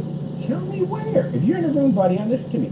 You explain to me where would I ever think at the end of the day of a person who builds machines would think that your console system is going to give me the same graphics that I'm going to get off a 5090 graphic card. I can overclock that thing if I want. Keep in mind, you have an M2 solid-state drive connected to your motherboard that generates heat. Did you watch when they did the demonstration, when they broke that thing open, they did the teardown, and they showed you how much initial heat is actually traveling on the heat coils? It's the exact same as the PS5. I told you that was going to happen. I told you. There's nowhere to draw the air out. Now, if they had another fan at the top or at the bottom, that would have been pretty cool, because then that hot air can just be sucked down into that corridor like a backdraft and push out the other end. That would have been cool. But they don't do that. I wonder why. But anyway, and then still you get the dust factor, because you still only got access to one part of the machine. You got access to the fan quicker, but keep in mind is that when dust transfers to your fan, it's going to transfer to other places. It's not going to just stop at the fan. Now let's say they put a little trap system in there. They put like a filter on one side and on the other, right? That would have been cool, because if the fan had blown any dust in that section, you would have a filter to catch it all, which means you could have to avoid the warranty and nothing would take any dust to begin with. You can just pull out the little filter, the plastic, take a little toothbrush, rub it down, put it back in. Why didn't they do that? That'd have been easier, right? That means you to stop any potential dust from getting to the rest of the parts of the system. No one thought about that. Simple, easy fix. Now, if I ever decide to buy one, I'll modify and put that little compartment in there. Make it easy for myself. Cut holes and put a little slot in there. I can put in my own little filters, and I can basically, it'll take in the air, and I can basically go in and just remove them. You're not worrying about the ticking time bomb that's waiting for me. So again, people say, oh, PC Gamers Brothers Grove are switching over. Yeah, I'm going to switch over to a system that I can't modify, I can't touch, and I don't even own it at the end of the day. Technically, it's not even mine. It belongs to them. If they decide to get mad at me one day and cut me off their freaking network, I don't have no access to the machine whatsoever, so that's pointless whatsoever. No. There's too many restrictions on it. Way too many restrictions. Pay that kind of money at the end of the day for a system. I mean, people spent their money for the Neo Geo because, again, the Neo Geo was support to arcade. That was the big thing. That was the big thing about having games back then was the arcade. The arcade was basically the pride and joy of all gamers. You don't have arcades too much anymore. When we had them, we don't have them as big as they were back then. So everybody who went to the arcade wanted the exact same port that was in the arcade on the console system. That's what they wanted. And that's what the Neo Geo offered you. You grabbed this in Genesis, the 16-bit Genesis and 8-bit Genesis, where we had it. NES didn't have an exact identical port, because you would notice if you played Mortal Kombat, but half the stuff was missing because they had to sacrifice it because they only had like 16 gigabytes to actually download to or operate with. And you had Neo Geo systems and other systems that were doing like 32 bits easily. 64 bits easily, and Neo Geo was where like 316 bits. That was insane. So you actually got the exact same port at the arcade that you got at home, but you had to pay for that. That thing wasn't cheap. It was $1,000 for that unit, and the games were expensive. Everything like that is really expensive. But anyway, that's what people want. Now you don't have the arcade anymore. So what are you comparing games to now? Comparing them to PC. That's what you're doing. Blew your mind here a bit, didn't I, console gamer? I did. I blew your mind. Just now, just blew your mind. Think about it. You don't have the arcade platforms. They're not there anymore. So what do you compare your games to being to? The PC. Which means the PC would be the most superior machine, because that's who you're comparing yourself to. That's what you're trying to get to. Now, there you go. Just blew your mind. I realized that a long time ago, man. Myself, I realized that a long time ago when I was spending money for the TurboGrafx 16 and the Panasonic Philips CDI, and I was spending money for more advanced systems than the NES systems, because I've had the NES, I've had the Genesis, but now you got this Panasonic 3DO coming out, and you got 32 graphic bits, and you got the CDI coming out 32 graphic bits, and the Neo Geo. The Neo Geo was itself, everything was the same. I don't know what the Neo Geo was. But you had more advanced systems. These are the high-end archive advanced systems now. So you're trying to go beyond that 16-bit. And then the TurboGrafx 16 comes out, Turbo 16, the Genesis comes out with the TurboGrafx 16, which I'm going to tell you something, the door really didn't look like it was 32 bits. Honestly, it just didn't. It didn't. It's kind of like they were using some form of compressing or application, kind of like that. Because I had a Panasonic 3DO, and Panasonic 3DO was really, really different. I really were actually playing with actually 32 bits. So right now, if you consider the fact that, what are they comparing console to now? They're comparing console to the PC. And you don't have the class categories on it anymore. Because the class category was, you had 16-bit systems versus the 32s, and the 32s versus the 64s. You don't have that anymore. Unless somebody brings out a system that's for a set of different systems, like say some group comes out 4 different systems, they're more powerful than the PlayStation version, and they call themselves an elite, and not PC, they consider themselves to be console. Then you're dealing with the same that you dealt with back then. You had your different class of gaming systems. But you don't have that because PlayStation now is the #1 system of console, not a PC. So when you got that, then you have certain fanboys that'll sit there and say at the end of the day, well, we're better than PC. I'm like, no, you're not better than PC. There's just so many things that doesn't make you a PC at the end of the day. I know you want to get mad. Can you do multi-monitor setups? Does your graphic cards allow you to do that? Can you run 4 and 5 monitors? We can do that. Now there you go. That's what I'm saying. There's stuff you can't do with your hardware that we can do. Does anyone out of here ever, on a console system, did you overclock your RAM? CPU? I think somebody did overclock the CPU. Oh, they did overclock the CPU. They did it on the PS5, they overclocked it. I think they did it for, using it for Bitcoin mining. That's what they did it for. Actually, that did happen. Somebody did actually do that. It's not an easy thing to do, but they did do it. Much easier on a PC to do. So there's things that we can do on that machine that you can't do on your system. Can you make money off your console system? Can you open up a website and all that stuff and run Java? You can probably run JavaScript and different programs you can run.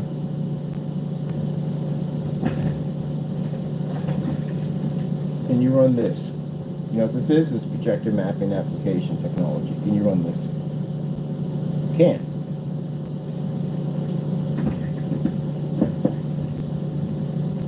Yeah, no one's putting you down. For those people who love your system, you love it, hey, it's a beautiful system. Enjoy it. Have fun.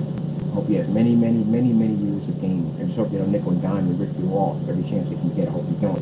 I hope they keep it true to the fan base, which it should be, because the fanboys did, at the end of the day, the hardcore loyal fans who love the system, and some people got them tattooed on them. But anyway, they basically are the support of this system, but they don't really respect the fanboys at the end of the day, because they just, fanboys just consider to be money.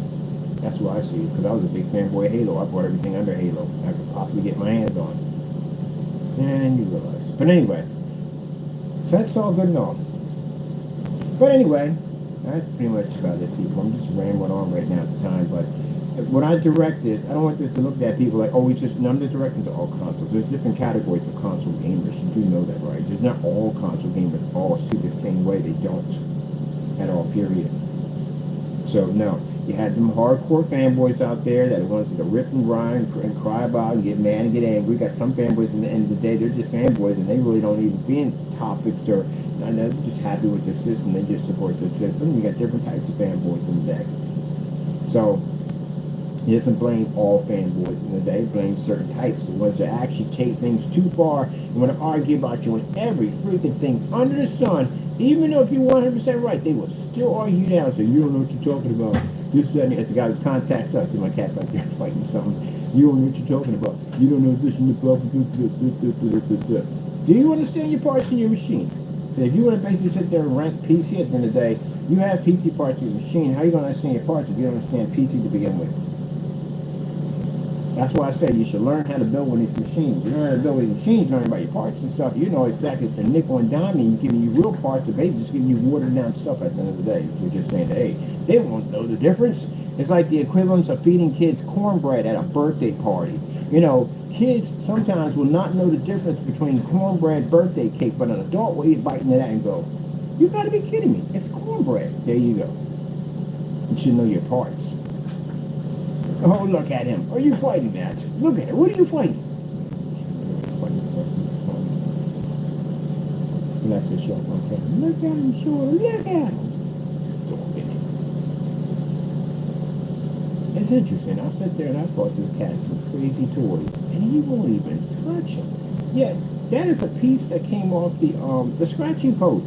He gets more joy out of that. Like the woman showed a picture, she bought a cat this nice luxury bed. He don't sleep in the bed, he'll sleep in the box. That's why there's no point in buying him a freaking a bed or a cat cage. They won't never go in it. They'll go in the box. I don't know what it is about cats and boxes. I would never understand it as long as I live. So now I just want to go make his bed or something. Just make him out of these boxes right here, put a little comfortable in him, put fans in him and everything, and put a little screen up in it, and he's good. He's good. He's got an octagon box over at the home front that literally has invisible, has Aztec glass in it. It's not glass, it's plastic. And he got a portable projector that shows his birds. You can sit into a little octagon area and cut the fans in it, like the same with the fan boxes. It's got fans in it and everything, keep it nice and cool. It's got another area that's cut around the side. We put mesh in it, with Velcro and everything. It's real nice. And he likes it. You know why? It's a box. That's why. I don't know what it is. I can press it low. He just knows it's a box. He will spend more time in there than the bed I bought for him for $70. He won't even touch it. I gave it to the neighbor. Matt cat will lay in it, but he won't lay in it. He'll lay in the box and say, well, you know, just build your bed under the box. And this is pretty cool. It's got a nice little little screen in there for his little projector we got set up for him. You good, Taco? And pop up out of there. I didn't see him there the whole entire time. Didn't see him there. Taco. Hey, Taco. Want some milk today? Some milk? Yeah, you just saw hit the zoomies. Yeah. I'll give you some today. He likes the strawberry quick. That's his favorite. Don't get the whole thing, little cat size. That's all you get. You get sick of it, right? There you go. You don't waffle boy. Let me do you little waffle boy. Yeah. All right, people. I gotta go. Thank you so much for the discussion. I'm sorry we can't put down the I would love to be able to put in so we can talk back and forth. I'm pretty sure you guys got some amazing ideas, you know, at the end of the day. And I'm always looking forward to talking to other people and sharing their opinions on the different ideas. I'm not one-sided with all PC. I do both for getting back and forth. And like I said, for me right now, I don't know why the 5090 costs that much money, because it's insane how much that card costs. Like, why does it cost that much money? Yeah, there are days, man, I look at PC parts. I mean, we're supposed to be used to it, but not that kind of used to it. How much money do you want for that freaking card? I'm hoping that's not true. Someone was saying $1,700 to $1,800 for that card. With $1,700 to $1,800 for this card. But other people are saying $4,000 to $5,000 for a card. I'm not spending $5,000 for a card. I'm not going to do it. I don't care. I'll do the 4090. I'm good with that. I'll do a 4060, 4070. I'm good with that. I'm good with a 4070. I'll take a 4070. I'm not spending $5,000 for a video card. That's insane. That thing literally costs more than my PC bill. If it's $1,700, if it's $1,800, if it's $2,000, I'll spend the money for it. Now you're talking about 5 Gs for a graphic card? This reminds me of when COVID kicked in and it was really hard to get your hands on the video cards. Oh my goodness, they went up, man. The freaking I paid $150 for my 1050s, and they went up to like $400 or $500 easily. And I couldn't imagine $5,000 for a card. Oh yeah, oh, that's too much money. That is way too much money. I mean, I looked at the specifications for a GTA 6. I know you don't need a lot to run it. I keep forgetting over here now. You don't need a lot to run it, to tell you the truth. I don't think the first specifications on there, you don't need a lot to run it. It's not a lot. You ain't gonna run it on a PS4, I tell you that much. Just nothing like that. Definitely won't be running that on a PS4. That's not gonna happen. But, and they're talking about they're making a game. Well, I hope they don't do that, man. Please don't do that, Rockstar. Don't do that. They said they're going to make the game so it runs for everybody, but don't do that for PC. Don't do that for us. I don't want that. I don't want 30 frames per second. What the freak I'm doing with 30 frames per second? Not what I'm paying for that freaking card. I hope we don't cost that much money. But if I don't get that card, I'll probably get the 4090. But still, I don't pay that much money. 4090 still ain't cheap. That's still a $3,000 card right there. So. But anyway, do not do that crap, man. If people can do over 60 frames per second, let them have it over 60 frames per second. Do not stick me in the same. Sorry, I don't want people to get upset over this, but it's true. Don't stick me in the same category as a console. If the console can't breach that freaking 30 frames per second, then leave it at that. They got 30 frames per second. People on PC, we don't know if we get 30 frames per second. I want 60 frames or more. Give me 120 frames per second, something. I'm not running that. There's no way in the world. I'm trying to find out. Oh, it's the same one. Don't you do that to us? No. I don't like that. The reason why I'm building my machine from scratch, because I don't want to spend. I want a certain type of graphics on my machine. And then we'll get the console gamers to go. Not all. I'm not saying all, but some console gamers will go and say, well, you know, hey, look, you know, at the end of the day, you guys think you're better. No. You set better parts. That's all to it. Not cheap. Some can be, but, you know, it can be expensive sometimes.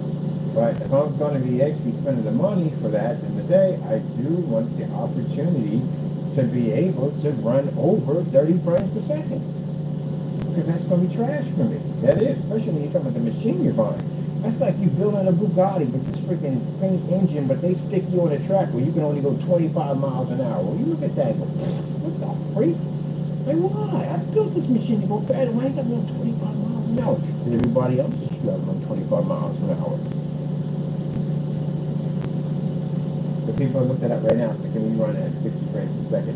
I hope you do run at 60 frames per second. Ain't nobody clowning because you can, but I wonder. I had freaking on the Steampunk PC, I was running Wolfenstein at 120 frames per second. Easily, all max settings, all maxed out. As a matter of fact, not even max settings. I had everything in ultra settings at 120 frames per second. Now, if I'm building these guys right here, I can max them out, yes, to a certain degree when I'm playing on theirs, but to have an ultimate PC that runs every application on Steam, that's what I'm building. I'm building something for future games. This is an investment for me. That's why I'm putting the money into it. I'll probably get it later on, but still, I'm going to get it, but still, that's so crazy. But anyway, so with that being said, I'm expecting to be able to go in ultra settings for everything. That's what I want to do. That's it. Let me see. Will the PS5 Pro be able to run GTA 6 at 60 frames per second?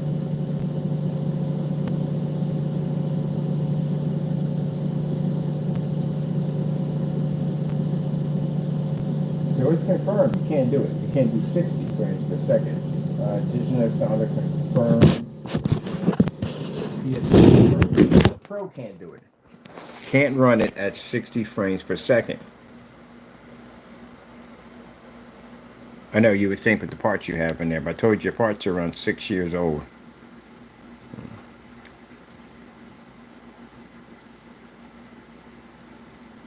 Unrealistically, see? Anyone's not making this up. It's unrealistically expected that GTA 6 to run at 60 frames per second on a PS5 Pro.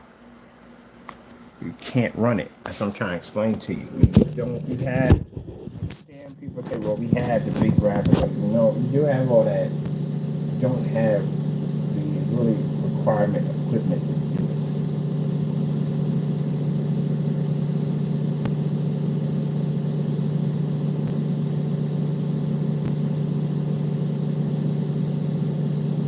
So this will push your CPU pretty high. I have an i9 processor going on my new system. I can run it easily. I can even get to 60 frames per second. I'm running an i9. i9 processor.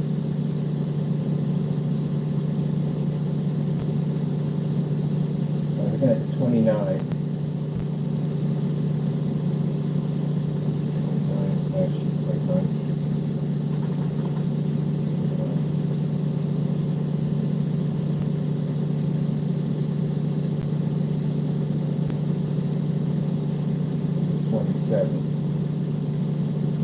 Or 127, 129.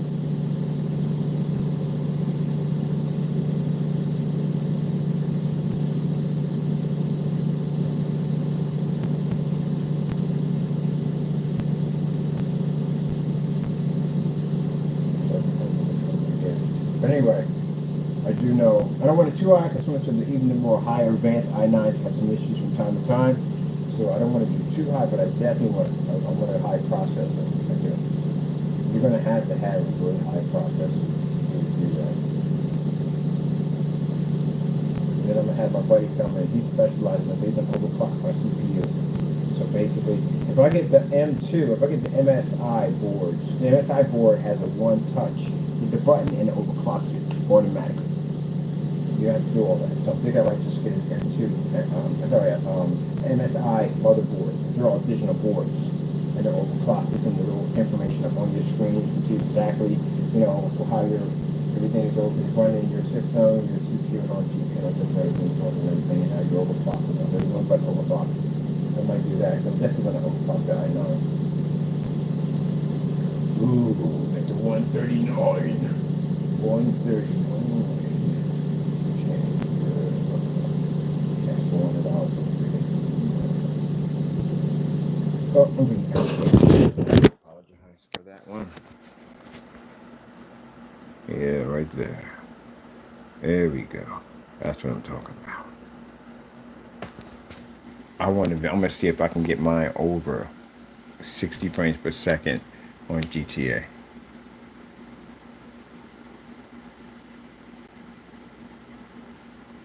And mind you, like I said, when people sitting there saying, "Well, you don't need," I don't need all this. It's not necessary. None of this, all this is necessary. But I'm future proofing my machine. I don't want to go out and buy anything else for a while, a long while.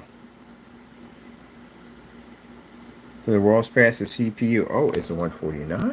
Yeah, I think I'm gonna get this one instead. This will be the world's fastest CPU.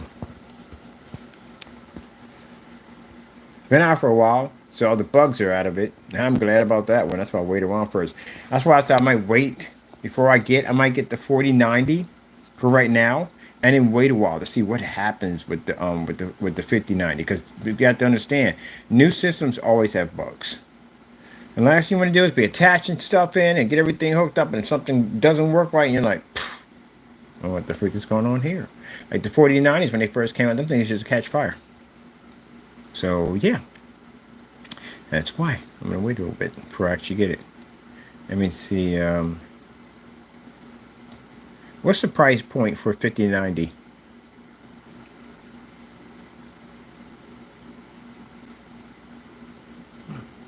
I'm hoping it's right, but man, that is gonna be jacked up.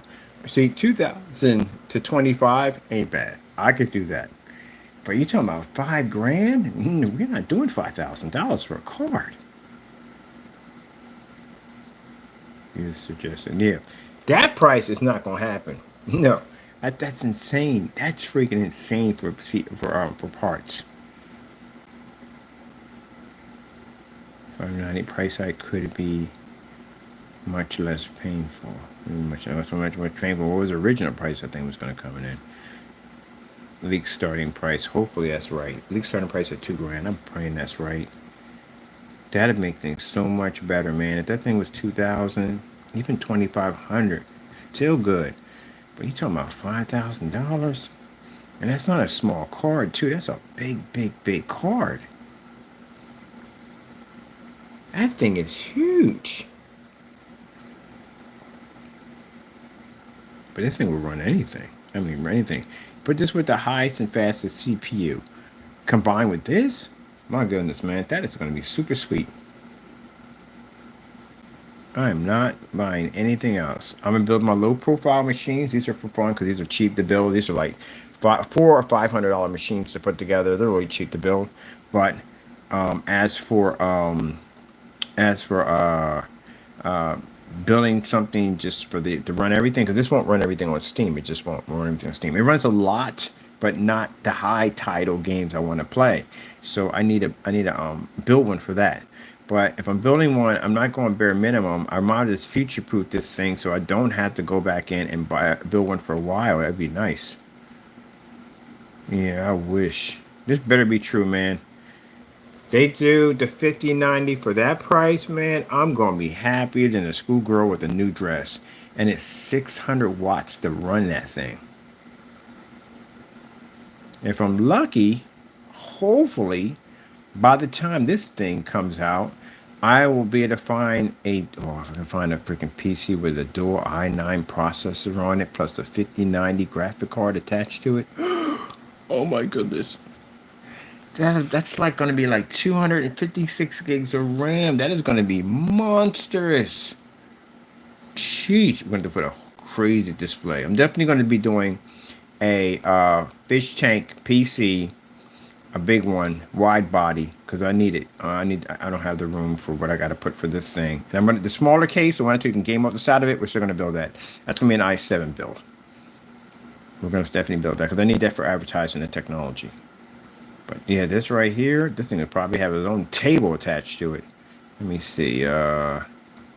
Fish tank PCs, double-sided. Here we go. That's the fish tank PCs. But we need a big one. We're gonna need a big one. I say fish tank, fish bowl. We're going fish bowl. Fish bowl PC.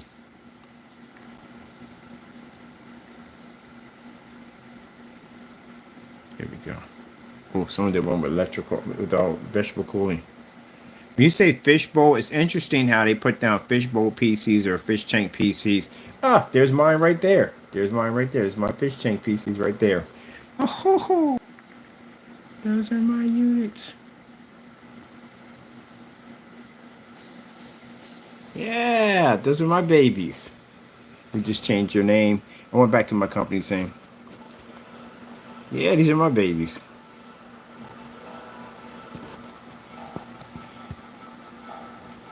And for the person in the room who sat there and contacted me and said, I don't know what I'm doing. Yeah, I was doing this a long time. I got PCs that go back farther back than this.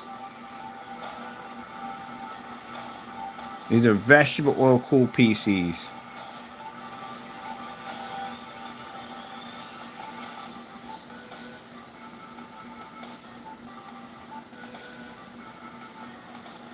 I even customized the paint job to give it kind of an old corroded, like under the fish, like under the sea, kind of an ocean kind of corrosion to it. This is my fans. Look at that. Look at the double-sided, double tanked fans to keep it nice and cool. MSI motherboard. Boom. That was a board you can touch, you can hit them, and they overclock just like that.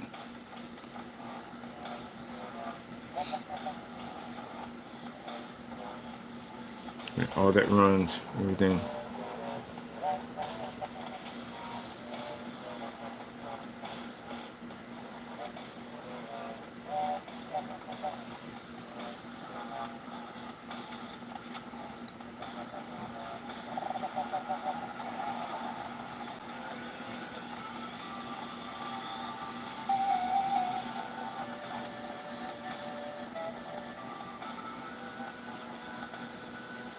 Look, got the Big Daddy coming through the glass. Man, that was a cool build, man. There's my server right there. There's the graphic card right there. All that. It won't damage the PC in any way whatsoever.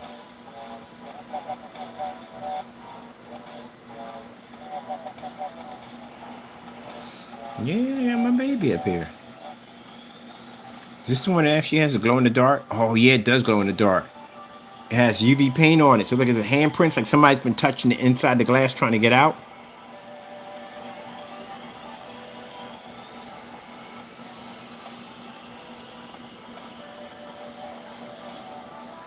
Yeah.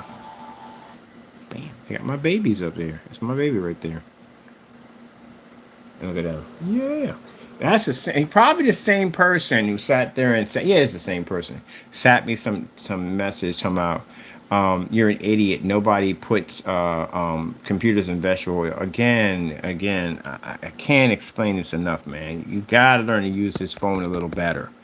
This phone has all kinds of vast information sitting on top of it. If you had just took the time to type in veggie oil, mineral oil, and I hate to say use this word because it's tainted so badly, baby oil, PCs, you would have found a ton of information that other people have done this way before I did it. People were doing this kind of crazy stuff for years. That's how I bumped into it. I saw somebody else do it. Now, unlike this individual, I didn't come on there and be naive and just block my mind from learning something new, because that's what people do when they constantly naysaying stuff. I went in and saw that and was like, oh, shoot, you could do that? When I got myself an old Pentium 4 Hyper-Thread, that's the first one I did, and I dropped vegetable oil in. And I was like, oh, shoot, I'm thinking I'm going to die. I was nervous as I was when I did it, because, mind you, I'm dropping vegetable oil on electrical power supply. Why it's plugged in? Because it's on. So I'm not going to basically... Some people did them off and turned them on. I did mine while mine was on because I was curious to see exactly what was going to happen, because there's a better way to find out when you're doing it right there. And then when everything was filled up, I stuck my hand in there to see if I was going to die. to, because I'm curious if this thing's going to work or not. I got to find out sooner or later. So yeah, I had to put my hand in there. And I put my hand in there and I grabbed the power supply, and I was like, oh shoot, you can't get electrocuted. You can't. I don't know how that even works. How in the world does it carry a current? Everything runs perfectly, but you can't get electrocuted. Yeah, I had to go do that. You know what I mean? My buddy's sitting there watching me the whole time, talking about, well, if you die, can I have your stuff? And I said, yeah, might as well. I can't take it with me. Yeah. You can't have a naysayer kind of mindset when you're working on stuff like that. You can't. Because then you got to go out there and you got to be able to do, like people who test rocket cars, There's a possibility this car could explode as they're taking off. Anything could happen. But for them, they don't think about that part. It's just the excitement of knowing that what I'm about to do is possible. So I like that kind of stuff. So again, I watched a few videos on it, but I didn't see anybody. I seen people turn them off and turn them on, turn them on. I'm like, let's try to do this while it's on. And yeah, it worked. I mean, it's unbelievable. I started thinking about what else can I throw in there that'll actually run. So I started throwing webcams and everything in there. Yeah, I found out a webcam can run under vegetable oil. Like an M2 solid state stick can run. Hard drives can't do it because hard drives require a disk. They have to spin in order to read. And the problem is the vegetable oil, it will slow that down rapidly like fans. Fans won't run under vegetable oil. They'll spin for a while, but after a while they start to slow down. They stop and they get this kind of sputter look. Like they're trying to start off, but they don't say. But the LED lights will continue to run. So you don't really have to go in. And the guy went and took apart his power supply and got a jolt out of it. Don't do that. Don't just throw the whole thing in there. And it'll run, but it'll just shut down. Now he's putting fans down there. They're not going to run long. Couple of days, and then they just stop. And the lights just keep going on them. Let me see. I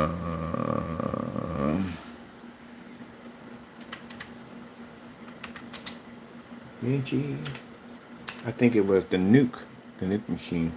Then I looked at other stuff people were doing. I wanted to do mineral oil, but mineral oil it's too expensive to do mineral oil. It's just too much money to do mineral oil. So I was like, what else we got? And now I'm thinking vegetable oil. People have done vegetable oil, but you have to do a certain type of vegetable oil. You got to go with the light. Can't go with the heavy because the heavy's too dark. It's too dense. You can't see stuff correctly. But that light vegetable oil works perfectly fine.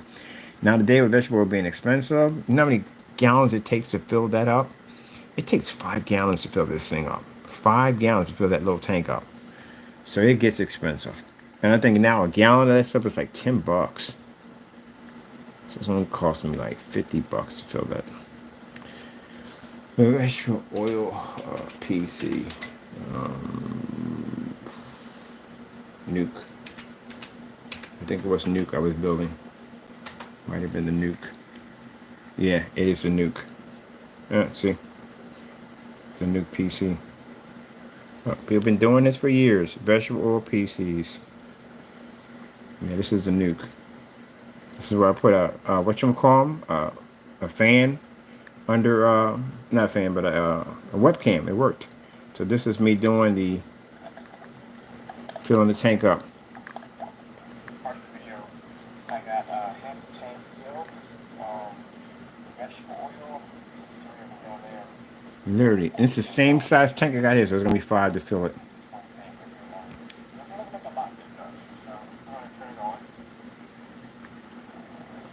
Everything will run.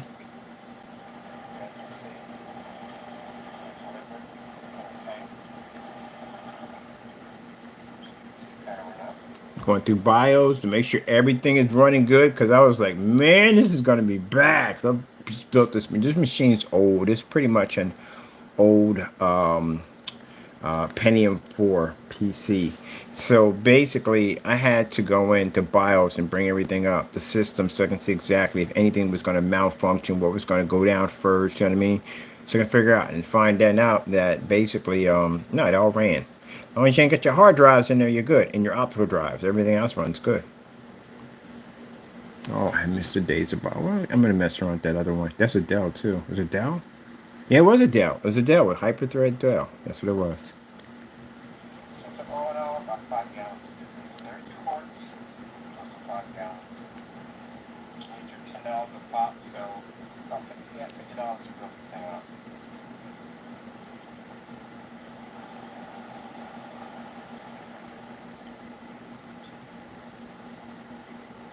Is it going to turn on? So I'm like, is it going to turn on?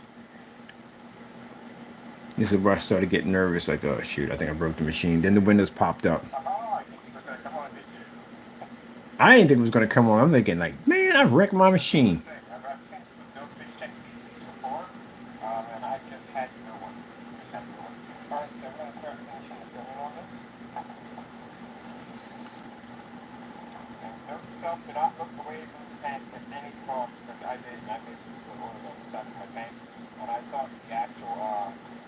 Oh yeah, I put the when the fan was spinning, bad idea, and I hit it. Oil went all over the place. I was like, that's messed up. But yeah, it runs. It runs perfectly, man. And the whole purpose and the problem is like, see how I have the first mistake I had right here? This is when I built, this is when it cooked itself. See right here, there's no liquid cooling system on it. It just had a fan sitting on top of it. So I'm thinking that the fans are still going to run while they're in the vegetable oil. No, they stop. And what happens is that CPU will start generating heat, which that heat will push all through this oil. The problem is there's nowhere for the heat to go to. It ain't like a fan, like you can push it out to the back. It's not an open case over here like these are. Your stuff is just there. The heat's just there, trapped inside that oil. So you got to figure out how to keep this thing cool. Now the problem we have with this one is that the hard drives on these don't have to be in here at all, period. The hard drives are someplace else. But the M2 solid state drive sticks heat up. They generate heat. And that heat is going to cause the oil to heat up. So how do we basically do this? Now, they don't make any form, they make liquid cooling systems for the M2s, but these are breakdown ones. These ones have a separate reservoir and pumping system and all that stuff. I'm not going through that. I need a basic AIO setup just like these, simple, fast, and easy. So how do we keep the M2 from heating up if we can't put anything to cool it down? This is where we came up with this idea. This is the heat sink that sat on top of the Dell. This is perfect. This is designed to generate cool things down. So what we're going to do is we're going to take another liquid cooling system like this, attach it on here, put the copper block here. So when the copper block starts cooling, it's going to run through here and it's going to cool these up. These are going to be nice and cold. And this is going to be dropped into the tank. And this is going to cause the system to put like a cooling rod into the vegetable oil to be able to break down that heat that M2 is going to push off. Until then, the CPU on there is going to have another separate liquid cooling system on top of that. So that'll keep it nice and cool. I'm going to have temperature gauges in there to monitor everything so we can see exactly how hot or how if it's making any kind of improvement on the case. So that's what we're working on next. Here's some other projects we're working on. Yeah, I've done all these experiments and stuff. This is how I know about this stuff. In a little tiny room. And there is the modification version of Windows XP. I told you a friend of mine is a master encryptor, whatever it is. It's not encryption, they just coding and all that stuff. But he wrote the operating system Windows XP.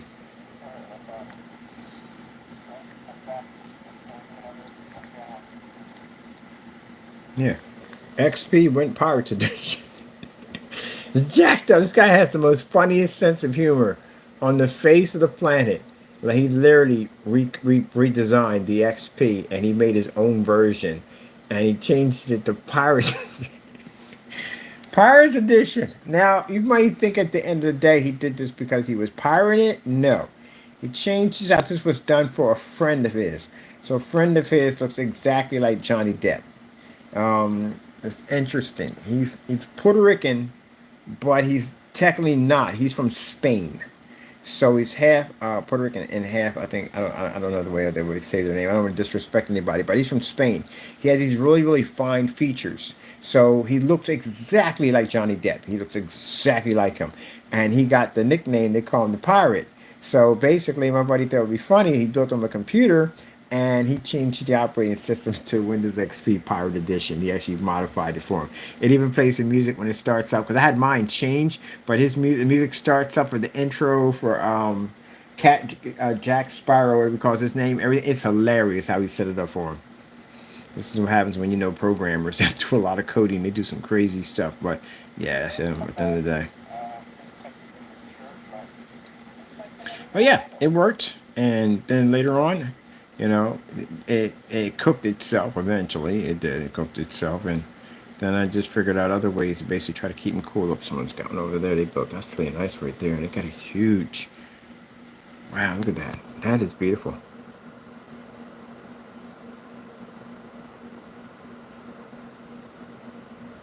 Really, really nice.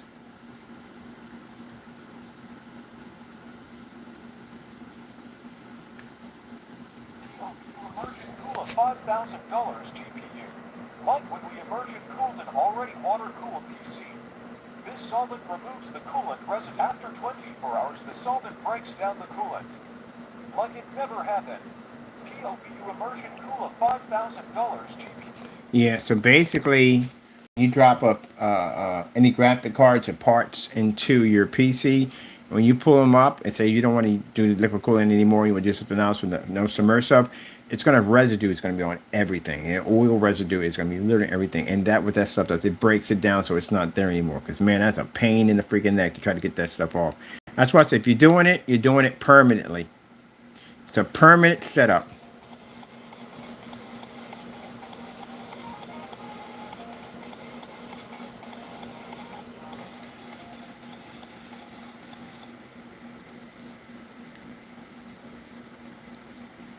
And see, that's what discourages me from doing a different. I want to drop so badly. If I ever buy a PS5 Pro, it's going in vegetable oil. I'm dropping that whole thing in there. Because if I find that the M2s can run perfectly, I'm going to put a. Got to max it out. I don't want to spend that much money. That's crazy, insane. This. I'm just going to do 4 terabytes. I'm never going to use it. But 4 terabytes on it, it's like $350. Put 4 terabytes on it, and then I'm gonna drop the whole thing in vegetable oil. But the only thing that bugs me about the PS5, there's just so many freaking screws on that thing, man. And there's ribbon attachments and all that stuff. It's just not an easy system to mod and put on the vegetable oil. There's just so many ribbons attached to that. Disconnect this, and I got to do a lot of modifications and cutting and adding my own freaking form of peripheral attachments or connect all this stuff into. It is so much work. This is so much work. Oh, man, I really don't want to go through all that. Just connect the board, hook everything in, and be done.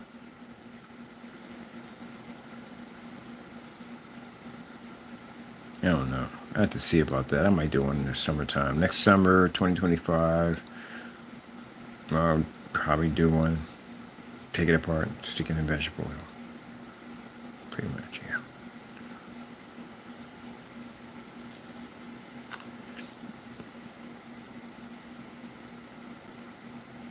Called it PS5 Pro Oil. Pro Oil. It's that thing right. Vegetable oil. Check it out, guys. This is a mineral oil gaming PC. Get a mineral oil. It's actually submerged inside of mineral oil. Yep. This is me trying to break the record on the largest computer overclocked computer of Aquarium. 26 gallons of mineral oil. Gee! What happens if you 26 gallons. all over a running PC? You know what I like about these people now that are doing this? Because they don't realize that we did this years ago. Years ago, we've done all this stuff already. This is what it gets me about some people that come back and go, look, we're doing mineral oils now. There's like 13 likes on it. Like, it's like they're just figuring out this. We did this years ago. Hope he's not a Gen Z. Gen Z does that. I hate to say it. People get mad at me when I mention Gen Z like that. Gen Z, y'all do that stuff. Y'all find out stuff that we have already did already and bring it up like it's something new. Like you just figured it out. No, we've been doing that for years, man. All right, people. Let me sit down for a minute. Something there for that aquarium over there. For years. That video right there is 11 years old. So for any Gen Zs that want to pop up later and go, no, you know what you're talking about? We just discovered that. You discovered what? We did that 11 years ago. That's 11 years. People have been doing that for years, man. This is 11 years ago. Y'all late to the party. 12 years ago, I dropped a webcam in here and got it to run under vegetable oil. You're late to the party. Set it right here. Whole full set right here. 9 years ago. See this guy right here? He did it too. He did it way before I did it.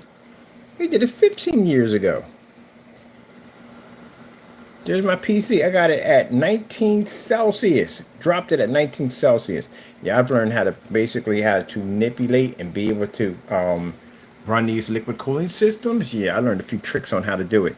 Got that sucker to drop down to 19 Celsius. I got another one that dropped down to 17 Celsius. What was that? That was 9 years ago. Yeah. These guys over here, again, don't know what they're doing. Do not remove, take out, pick apart the power supply, leave it intact. Yeah, you'll find out. You get electrocuted in there. All right, people, I got to go. Thank you for your time. Thank you for stopping by, and God bless.